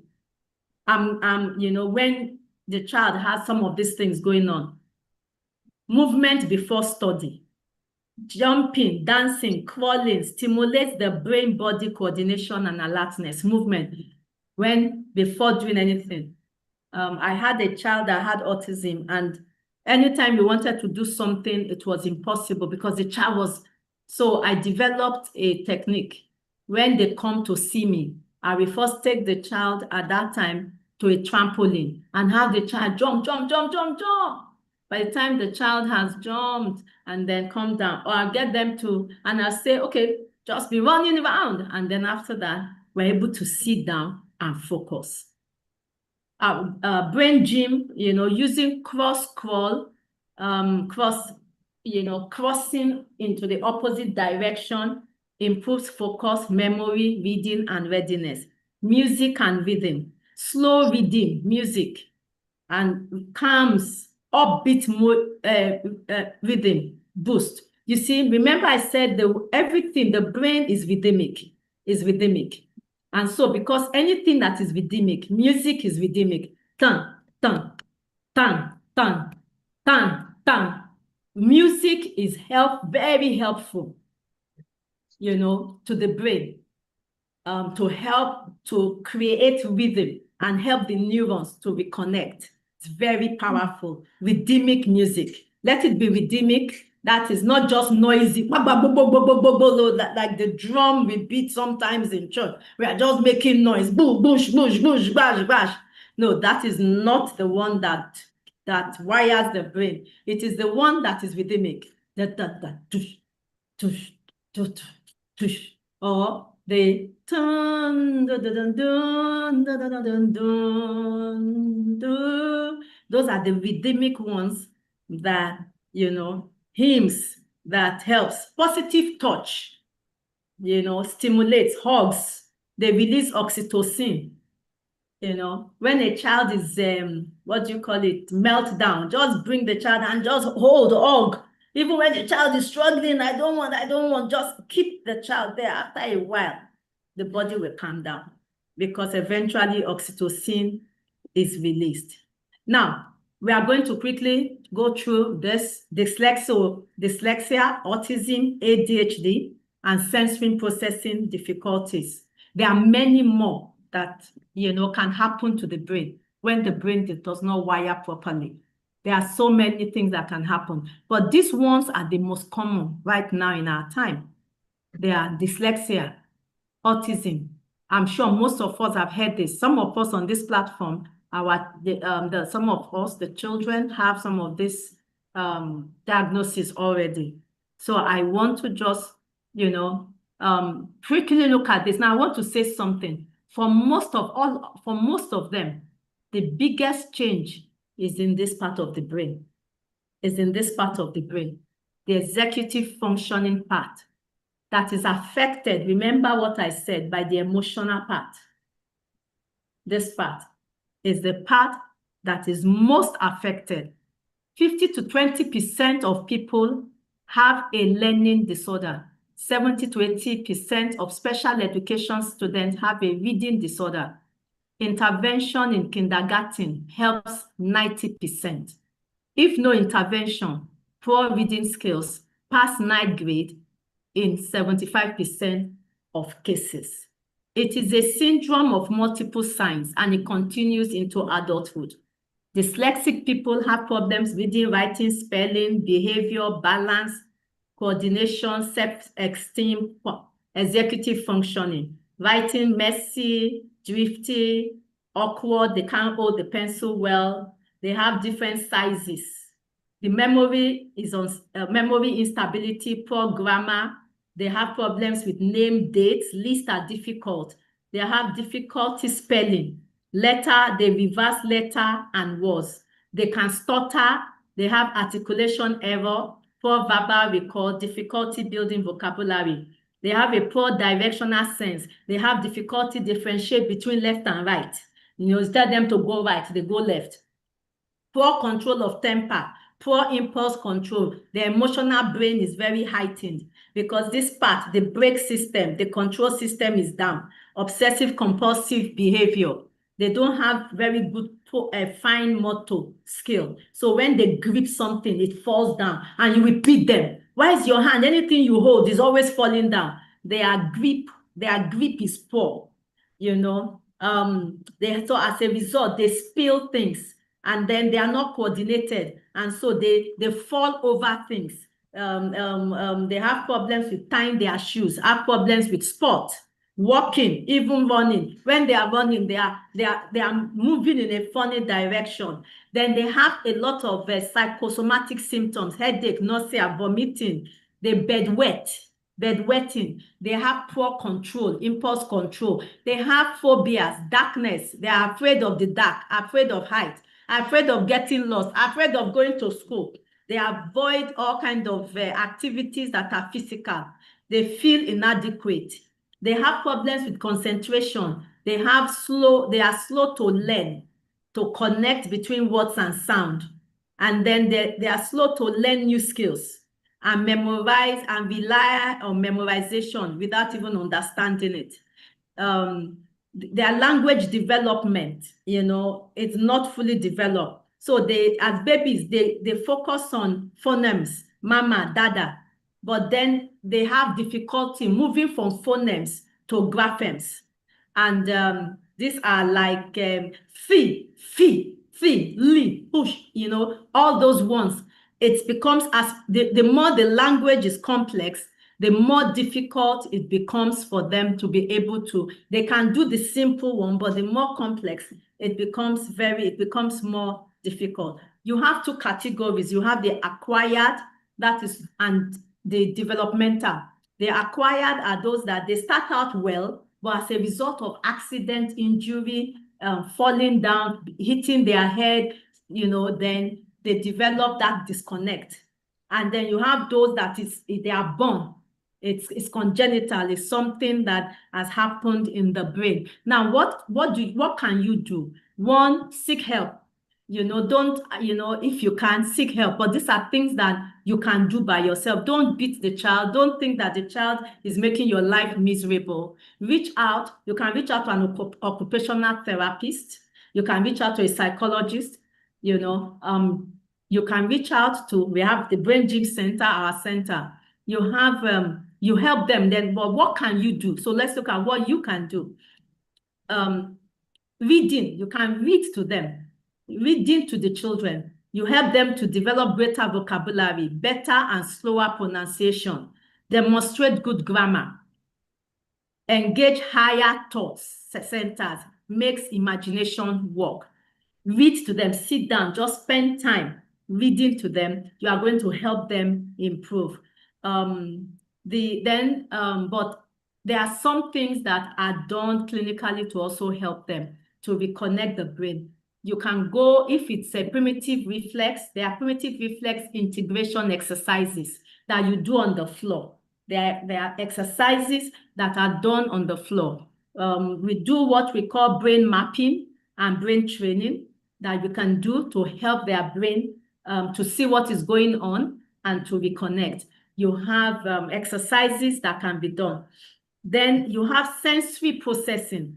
These people are children that have reduced ability to integrate their sensory input, limited response to sensory stimulation, difficulty using sensory. So any sensory thing is either hyper, their cloth, everything on them feels uncomfortable. Their shoe, food in their mouth, that is hypersensitivity. Then you have hyposensitivity, where they are unresponsive to sensations. And so you have those ones, you have some of them become high risk takers because in life as they grow older, because they are trying to experience more, they are seeking, they are sensory seeker. They are looking at how to feel more. So you have different kind of manifestation for people with this inability to stay still, talk a lot in a loud voice. They like to touch things, always touching things and people. And then all these are part of the manifestations that you see with this sensory difficulty children. In all cases, there's a lack of normal development in the brain, the left and the right side. And it is you have occupational therapy. Just Google occupational therapy techniques. Helps with sensory motor integration, using a toothbrush on the tongue, using something on the body, at the same time also putting, what do you call it? At the same time, you can bring in different kind of sensory sensations at the same time to help them integrate. So you put like the smell of cinnamon in their nose. At the same time, you are rubbing their body. At the same time, you are putting sound in their ears. But I will say to you, if possible, seek the help of a professional to help you with this. You have another one, the ADHD. That is ADHD. The child has can have any of those three: inattention, difficulty, poor attention to detail, difficulty maintaining attention, doesn't listen when spoken to, fails to follow through or finish tasks, difficulty organizing tasks, forgetfulness and all of that, fidgets, hyperactivity, fidgets or screams in seats, gets up and moves when seated, run or climb excessively, excessive talking, and then impulsivity, blurt out answers before question is finished, has difficulty awaiting turn, often interrupts or intrude on others. And all of these are the things that you manifest with people with ADHD. What are some of the things that can be done, especially with the language deficit rehabilitation? You need to be stimulated from the right side with language. Listen to books on tape with right ear only. Sit in class in front, left side of the class. Only write with right hand. Look at the text presented towards the right view. So for the dyslexic person that has a problem with language and reading, position, part of the rehabilitation is having the child, having the person do things from the right side.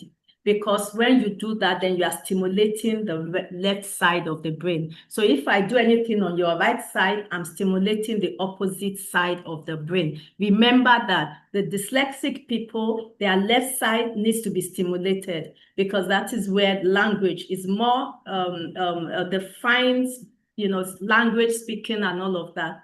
And so you stimulate from the right side, and then the right side of the body, you do things from the right side of the body to the left side of the brain. Now, there are quite a number of exercises that can be done. All of these things, we call them functional disconnect syndrome. All these things I've mentioned, whether autism, whether ADHD, whether all of them are very, very similar in the way they look. It's just that they are on different spectrum.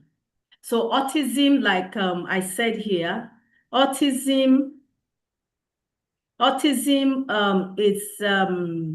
is like the what do you call it? It's on the extreme of the others. Dyslexia is on this side. Autism is on this side. But they are all things. They all involve the brain. They all involve something happening with the brain. Now, I'm going to round up by looking at, finally, what do we do? I've been talking about what do we do. So I'm just going to bring all of that together. What do we do? As I said, it is all a brain thing. And so there are things that we do. First of all, number one, you want to assess. You want to, there are things, like I said, you can do on your own. And I have mentioned so many of them. I have mentioned the primitive reflex attenuation. I have mentioned modeling. I have mentioned reading to the child. I have mentioned using, what do you call it, modulating emotions to help. And I have mentioned the most important, that the child's brain is learning. Even if the child is looking as if he's struggling, the child's brain is connecting, is reconnecting. And every activity you do positively towards learning will gain you good results. Don't get discouraged. But then sometimes you are not able to do, even with everything I have said, you might not be able to, because some of these things needs to be repetitive and structured to help, because that is what helps learning, structure and repetition. And so you might need help with putting together that structure and repetition. And so you can get help. we run a center called the BrainGym Center. And what do we do there? We help to harness the power of your brain to enhance mental and well-being. We run assessment, and then we develop protocols.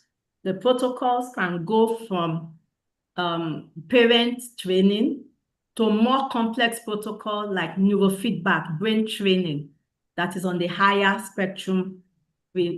But we start with what you call brain mapping. With brain mapping, we see what is going on in the brain. And then after that, we now discuss what interventions can be done, whether it is parental training or neurofeedback or, nutrition, because there are sometimes some supplements, some things needs to be put in the diet to help with the brain. We also have what you call the BrainGym Bootcamp, where we work to teach a lot of these things I've been talking about, hands-on. We work with there's a bootcamp coming up, and then we have the what you call it, parent training, where we sit down together and we look at this thing hands-on. Your slides are not changing here. My what? Your slides are not changing over here. Okay. Okay. So we have the brain mapping, brain training, nutritional assessment that we do. The brain mapping that we do is a non-invasive procedure that measures the person's, is either an adult, a child, anybody. But for a child, we don't do below the age of 5.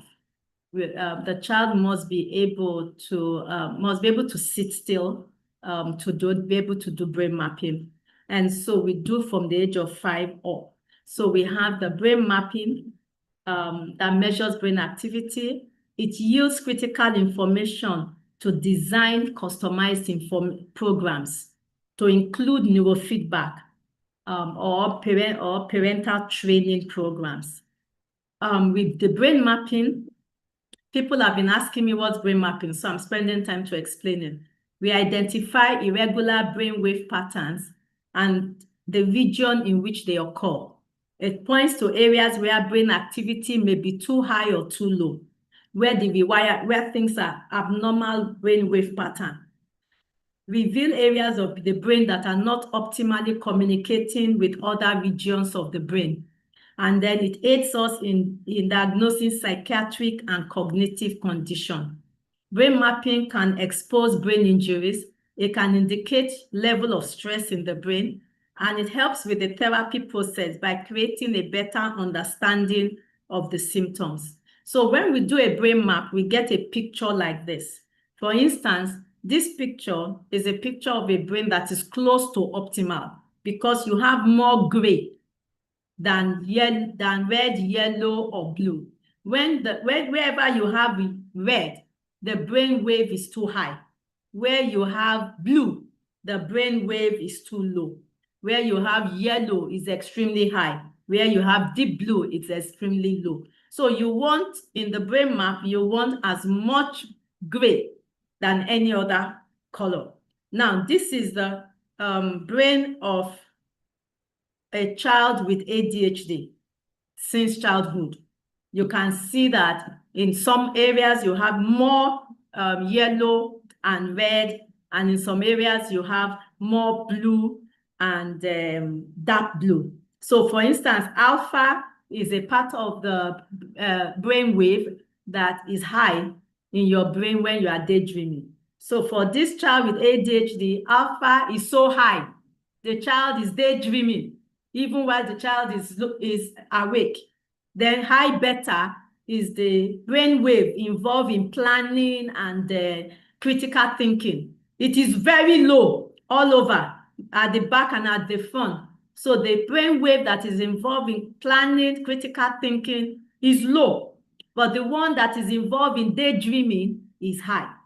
Now, when we see something like this, we know that something, okay, this brain needs help, needs to be trained, either through neurofeedback or through parental or some activities that the parent are taught to do. This is the brain of somebody that has high cortisol, a lot of stress. You can see red and yellow all over the place. That means the brain wave is too high. That's why you can see the in those places. And so we use things like this to check what is going on in the brain. And then we are able to then propose what are the interventions that can be done. Some interventions, these are some of the strategies, and I'm not going to go over them because this is a training for another day to look into each one of this. But there are various intervention strategies that you can use. And when we do our parent training, a parent training is coming up in August. And so you can sign up. It's a 4-hour session where you come in with your child and we sit down and then with other parents and we walk through some of these things that you can go back and do at home so that it is hands-on. And so some of those strategies that we look at, we teach is eye movement, biofeedback, breathing, using breathing to modulate. And these things you can go and check online yourself also, how to use like that thing I showed you, how to use it now, not just to check, but as exercises to help strengthen the brain. Biofeedback, how to use light, how to use sound, how to use smell, how to use adjusting the nervous system, occupational therapy, primitive reflex attenuation. These are all the things that are used in helping modulate. We train the brain, we wire the brain, as somebody said. And so during the parent training, we focus on some of this to begin to teach you hands-on things as a parent that you can go and do. So these are some of the information on them. I'm just going to jump and look at some of them. Music is a brain exercise. It affects cognition. And so we look at the kind of music. It's not just any kind of music. Music affects the brain powerfully. Children respond to music very young. Playing of musical instrument, teaching. So your child might not be talking, but you might be surprised that your child can learn. You get a guitar, you get a keyboard, you get a violin, the child begins to learn. That will actually help the child rewire the brain and help the child towards resolution. So there are so many different things that we call it the Mozart effect, where music will inspire a limbic reaction, the emotional brain, calm it down, stimulate healthy reaction, and then it is calming and pleasant.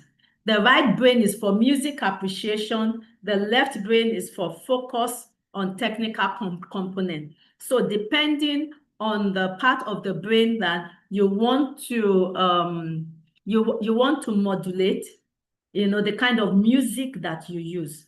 Also, there are supplements that the children can take. There are foods that helps with brain. Just know that B vitamins are brain food. B vitamins are brain food. You also have supplements like magnesium, L-tyrosine, ginkgo biloba. You have ginkgo biloba for children that helps stimulate the brain. Remember, it is the frontal brain that is very important.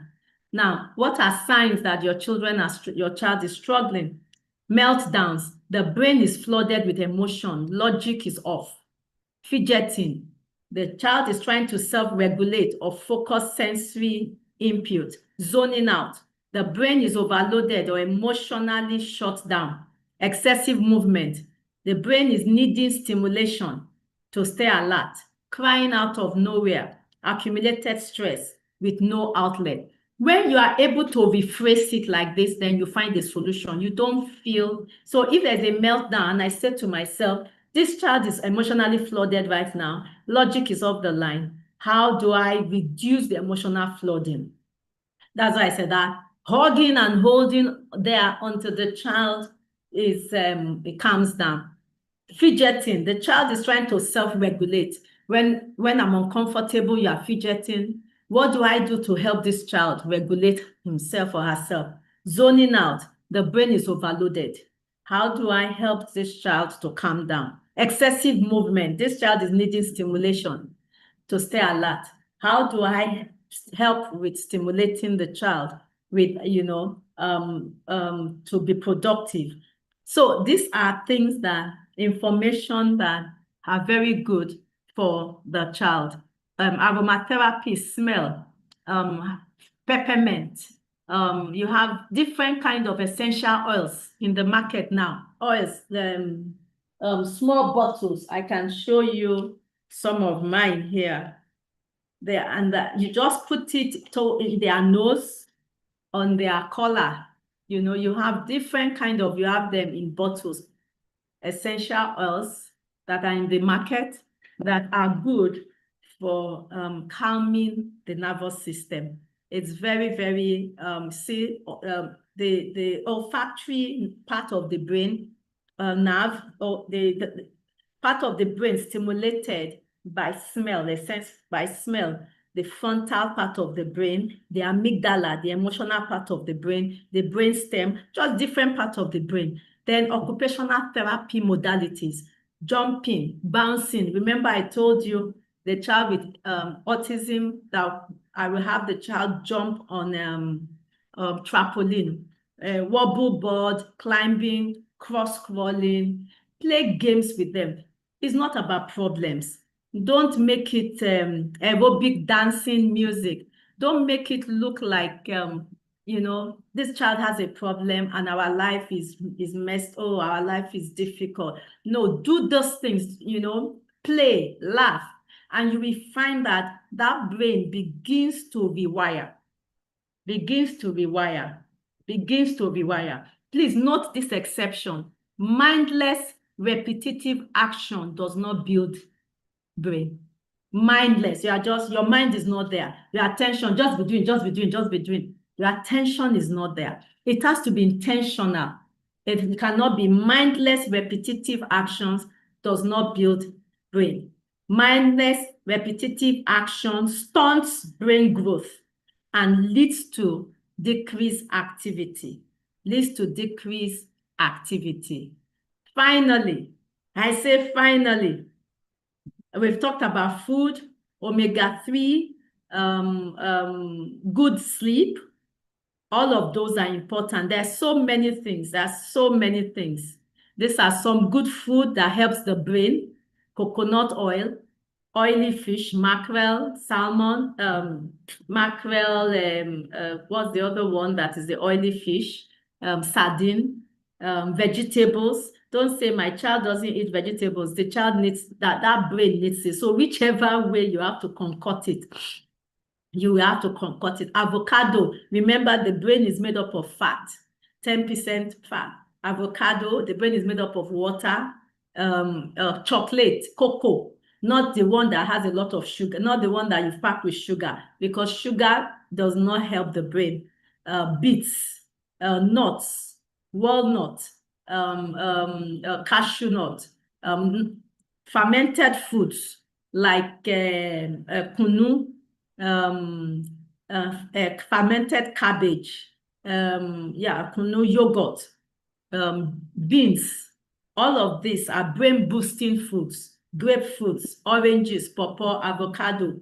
Fruits high in vitamin C helps the brain. Plantain, banana has potassium that calms that helps, modulate blood pressure. It also contains vitamin C, B6, magnesium.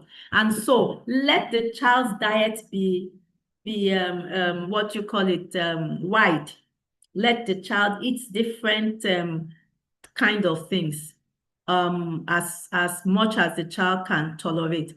And final takeaway, your child doesn't need perfect parenting. I want you to say that as we round up. Your child doesn't need perfect parenting. They need consistent brain supportive habits. You don't worry. It's not, don't feel imperfect. Don't feel, I don't even know what to do.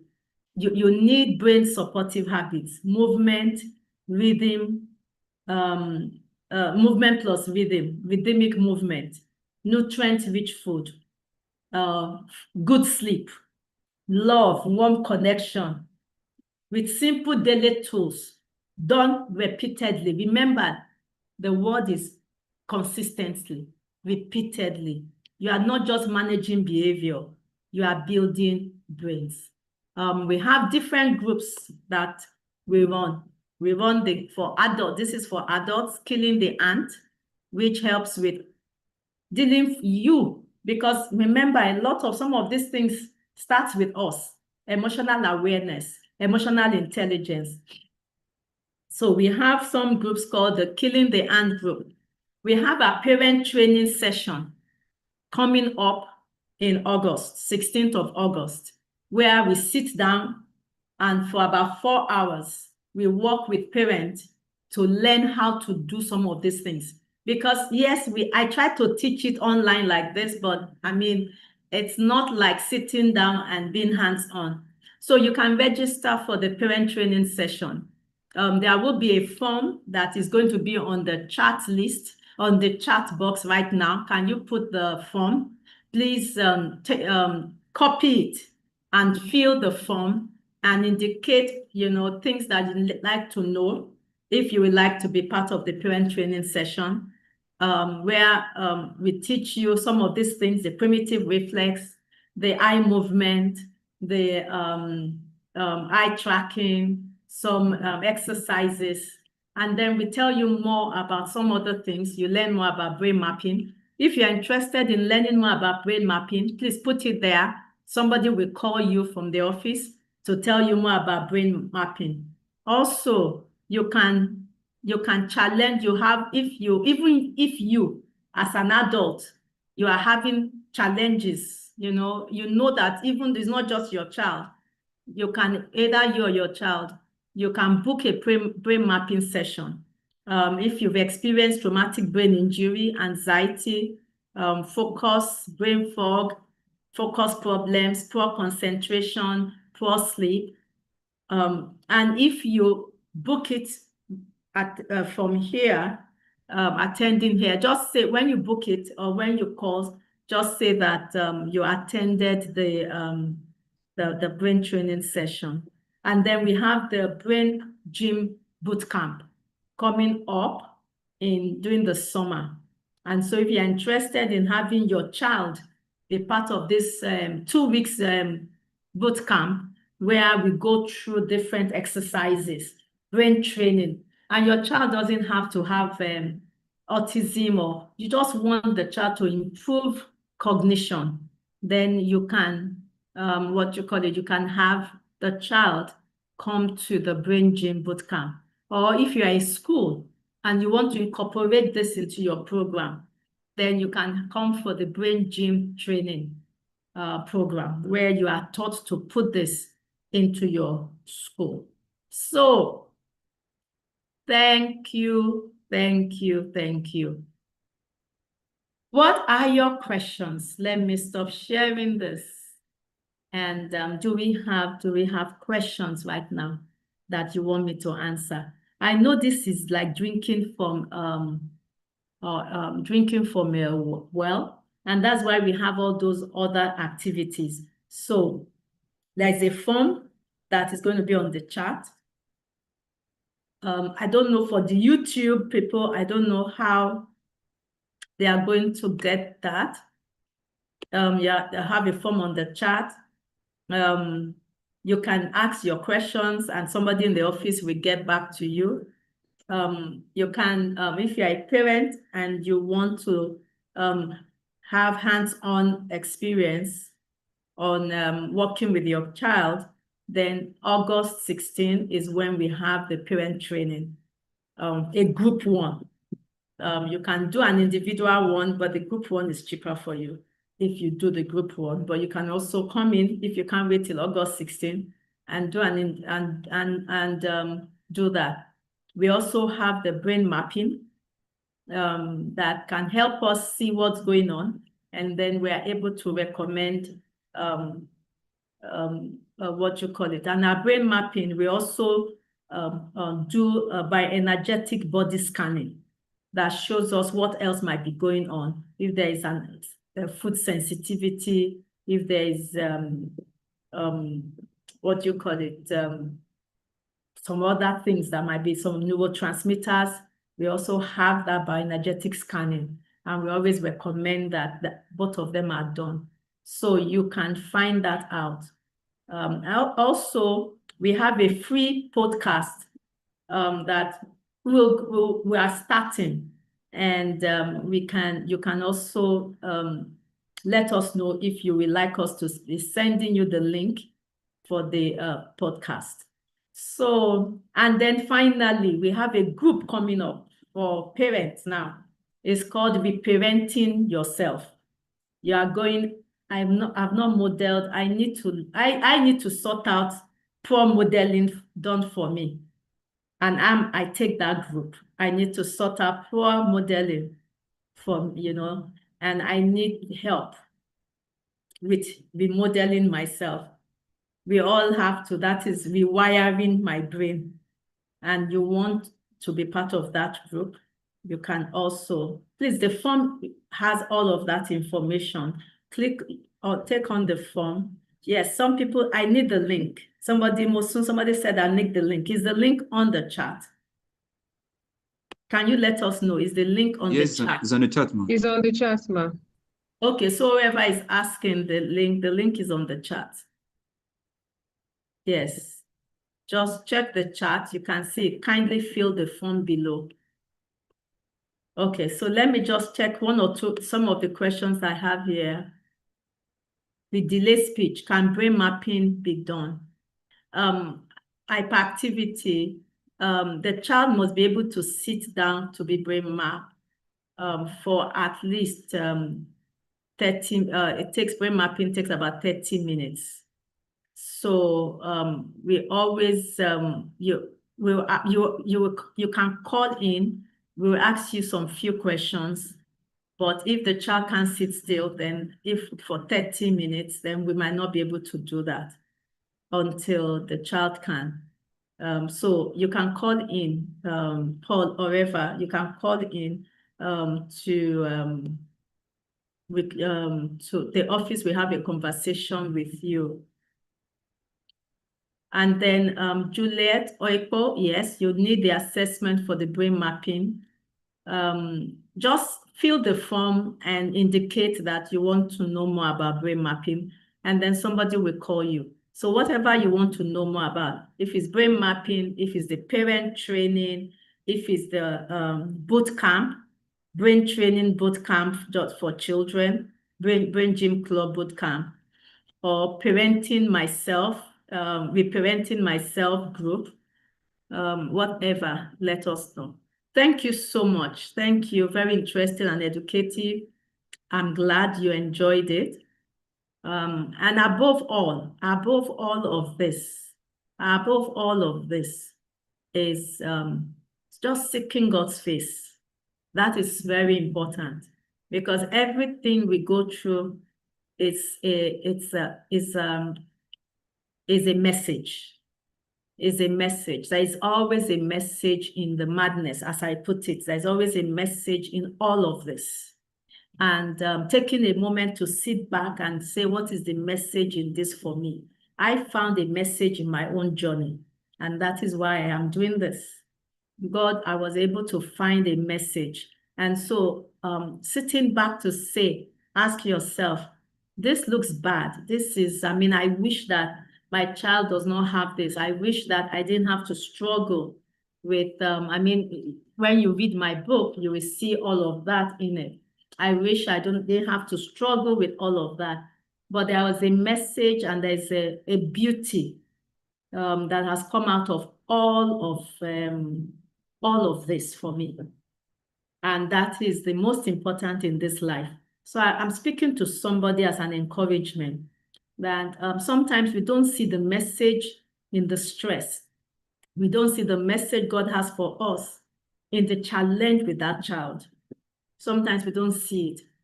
But when we take a moment and reach out to people that can support us, when we take a moment and when we cry to God, when we say, God, help me, it begins to show us the message behind the journey. I cried out, and I remember I shared that. And in crying out began the journey towards all this I have for you today. So I want to say, please don't lose hope.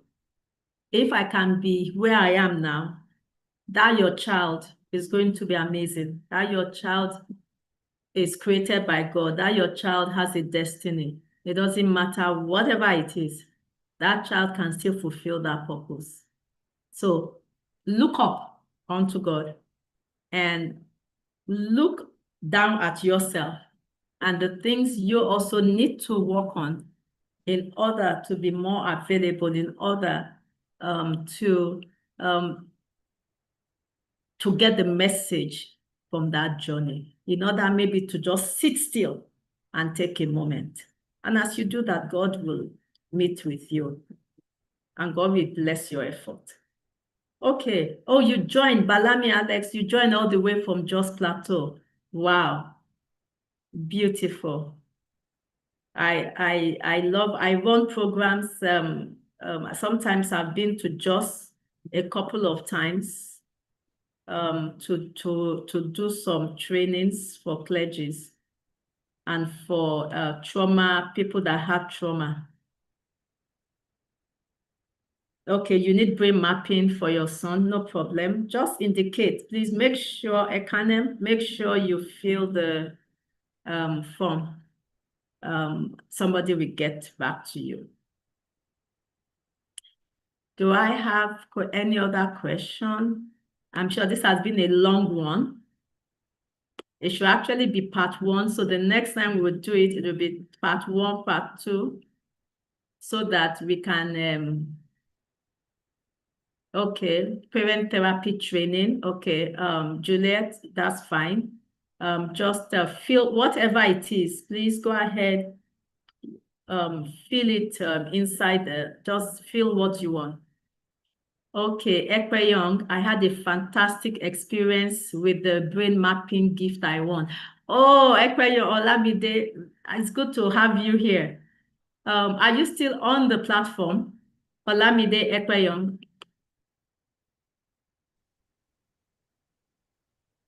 Are you still on the platform?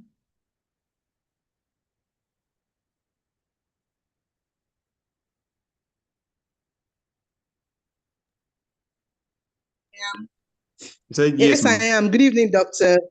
Good evening, Olamide. How are you? I'm fine, thank you. And you too, ma'am. Oh, so nice to see you. So nice to hear that you are on. So you are still enjoying the benefit of the brain mapping you did. Yes. Nice, nice, nice. So you are still staying, you are still trying to stay stress-free as much as, no, you can't be stress-free, but reduce your stress as much as possible. Yes, I'm trying. I'm trying. Okay, nice, nice. Yes, ma'am. Thank you, madam.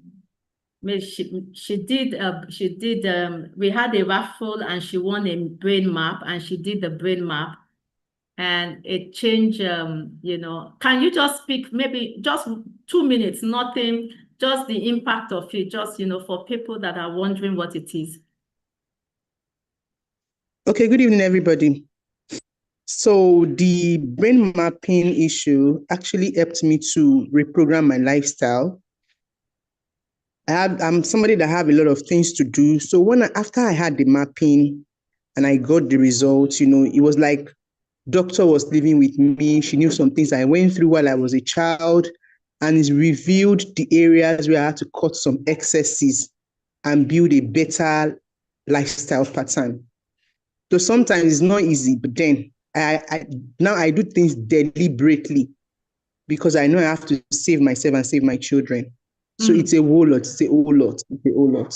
It really can't be explained until you see some things, and then it makes you also go further to study more so that you can be a better person and you don't hurt other people too. So it was really a fantastic experience for me. Thank you very much, ma'am. Thank you so much. Thank you. I like what you said. It says now you live life, you are more deliberate, and that is what all of this is about.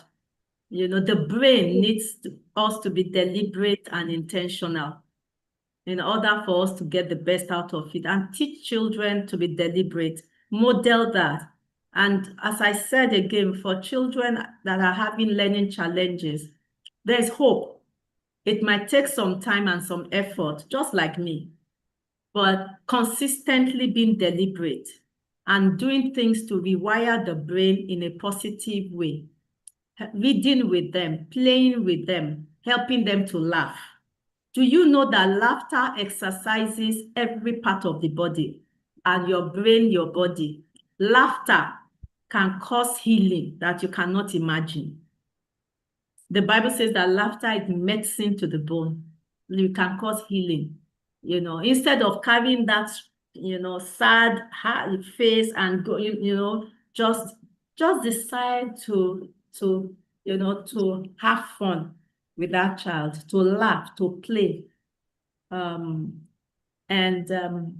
of that is rewiring the child's brain. And as you do that, do you know that wisdom is within you? A lot of what I did before I even went to school, a lot of what I did were from, just intuition of doing this, doing that. And so God speaks into our heart what we need to do. As we are intentional, as we are calm, we begin to find things to do. Music, having the child play musical instrument. All of these are rewiring the brain. Just Google activities that rewires the brain, that helps form new connections. That's what you want to do. But then that might not be enough for some children, because some of those connections must be intentionally done. For instance, if the left side of the brain is the part that is affected, we might want to do specific activities on the right side of the body consistently. And that you need somebody that knows what they are doing to direct you on how to do that, and to explain, to test, to know that, okay, this is what is going on, rather than just generally activating everywhere. So that is why it is important to also seek help and not to be quiet.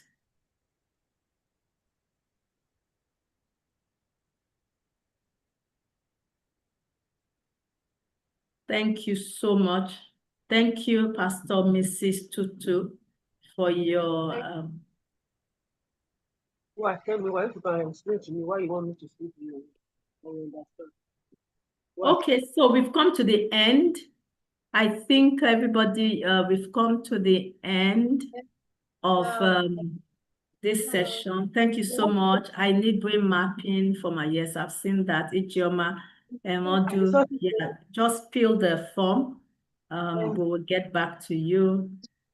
I don't know if they are two, but I used to see one. And if you're on YouTube, please reach out. The number, please can you put the number for them to reach out on?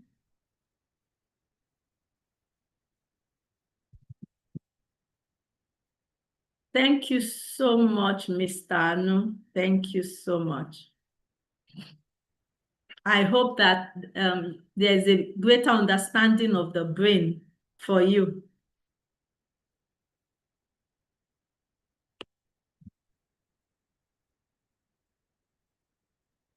Thank you, Olayemi Oluwatade. Thank you so much.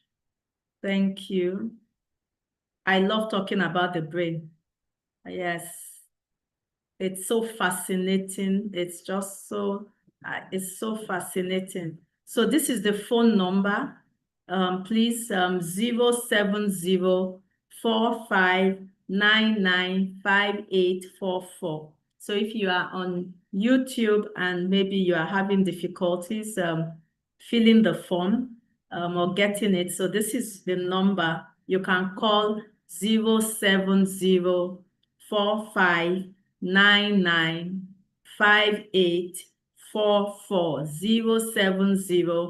07045995844. This is great. Thank you, doctor, for the eye opener. I am grateful. I bless God. Thank you so much. That is my joy. That is my hope. Remember that you will live here with, oh my goodness, I have this information. Now I know what to do. You know, that everything just becomes clearer. So that is my joy. Mojisola, thank you so much. Very impactful session. Thank you. Thank you. Thank you so much. Thank you. And look out for, we have a lot of trainings coming up, podcasts, webinars. Look out for it. And when you get it, please share with others. Share. There are people, many people that need to hear this. So share with them.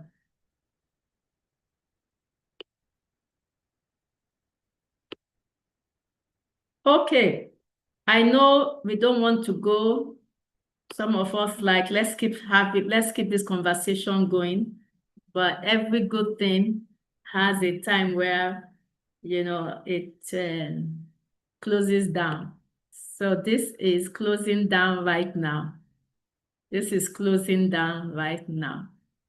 And as it's closing, I just want to end with a prayer. I started with a prayer. I want to end with a prayer. And I want to say, Father, Lord, we have engaged, we have learned, we have heard.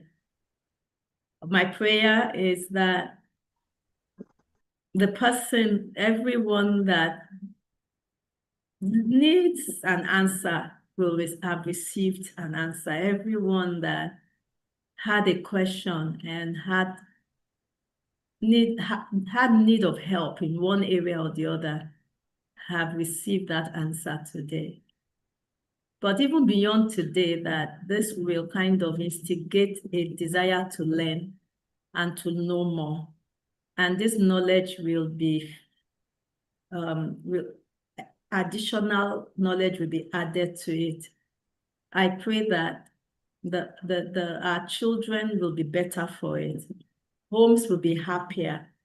When people know that their marriages, their relationship is a model for the future relationships for the future of their children, that will become more intentional in the way we treat one another, in the way we relate with one another, in the way we do relationship. Because our relationship is impacting the next generation so much. I pray that that we will do the right thing with this information. We will not just say, what a good seminar, and it ends there, but that we will take it and use it and be better people for it. And where we need healing, that we will find healing. Where our emotions are already in shreds or in tatters or hurting, where we are hurting, Father, Lord, I pray, Lord, that we also will find help. Where we are also like children on the inside,